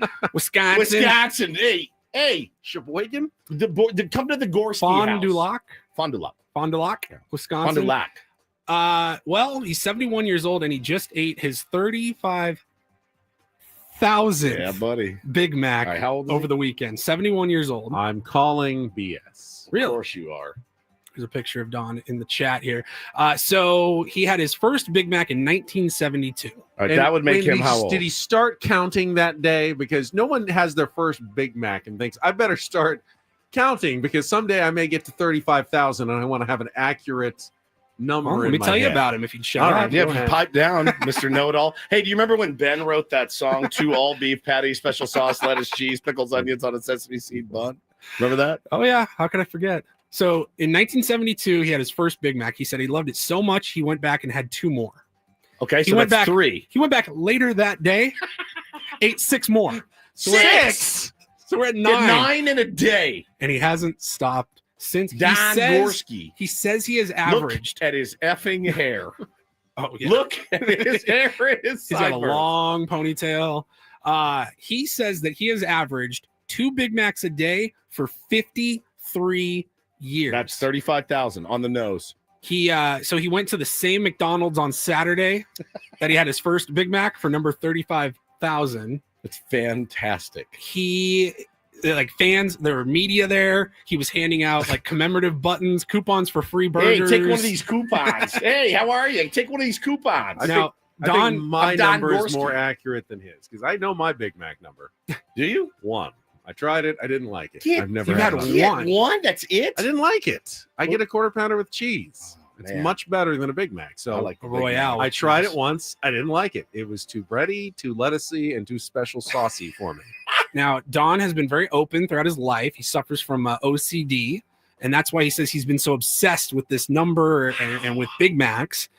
He claims that they make up about 90% of his diet, so he walks 6 miles a day to try to make up for it. All right. He earned a Guinness World Record back in 1999 for 15,000 Big Macs, and he takes his Guinness World Record extremely seriously. He claims that he has saved every receipt, and this is bizarre. This is for haters like him. Every This Big is Mac for haters. container, the little cardboard box, which I'm like, is your home just full of old boxes? It's a hoarders episode. Don, you got to clear these boxes out of here. He said he had to dial it back a little bit just to make sure that he hit 35,000 right on the nose. So in the 3 days leading up to it last week, he only had 1 Big Mac a day. 6 a day. It's 35,000 Big Macs. I'm getting dragged I and getting love some a Big agreement Mac, as man. well. What do Oh. you guys, Big Mac or Oh, quarter I pounder? Which love one's a Big better? Mac, bro. What about you, Paulie? I don't like either, I guess, but love I've a had Big Mac. more than 1 Big Mac. I like the small, the 2 cheeseburger meal. Yeah. I Very love a Big simple. Mac. Oh, No pickles. I love it. No pickles. I don't like pickles. Pickles are essential. Since I found out a friend of mine worked at a McDonald's and urinated in the pickle jar years ago, I've decided to not eat pickles at restaurants really ever again. So chew on that one for the rest of the day. I never get pickles at restaurants I ever. want to chew on that one. No, exactly. So I just don't eat them. It's a true story.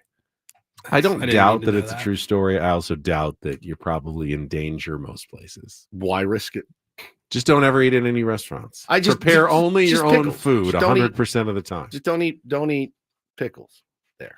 probably the safest thing because whatever is in a pickle jar kills anything anyway. Allegedly. So you're probably safer with urine pickles is than anything sterile, else. but still, it doesn't mean I want it. I want it.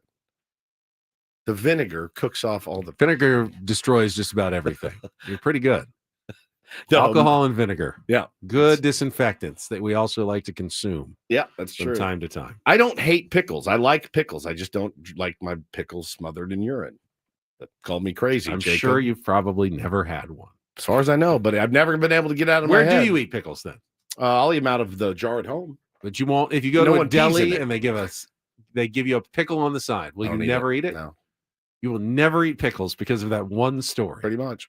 Wow. I just don't like pickles. No, you don't like pickles. I just don't like pickles, yeah. Jacob says only toddlers hate pickles. I don't think Yeah. I'm a toddler. I just don't like pee on my pickles. So I just don't eat them. But I eat them out of the jar at home. Vlasic or Clausen or whatever. Just no problem.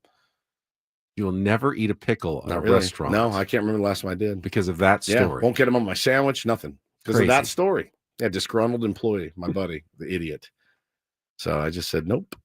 We could cripple Woods' entire food consumption with just random stories about Correct. different things. Correct. It is funny. Paulie was saying that he was eating so many Big Macs, and in his mind, this is the way that we are conditioned as humans. We say, I got to walk 6 miles. If I'm going to eat 2 Big Macs, say I'm walking 6 miles every day.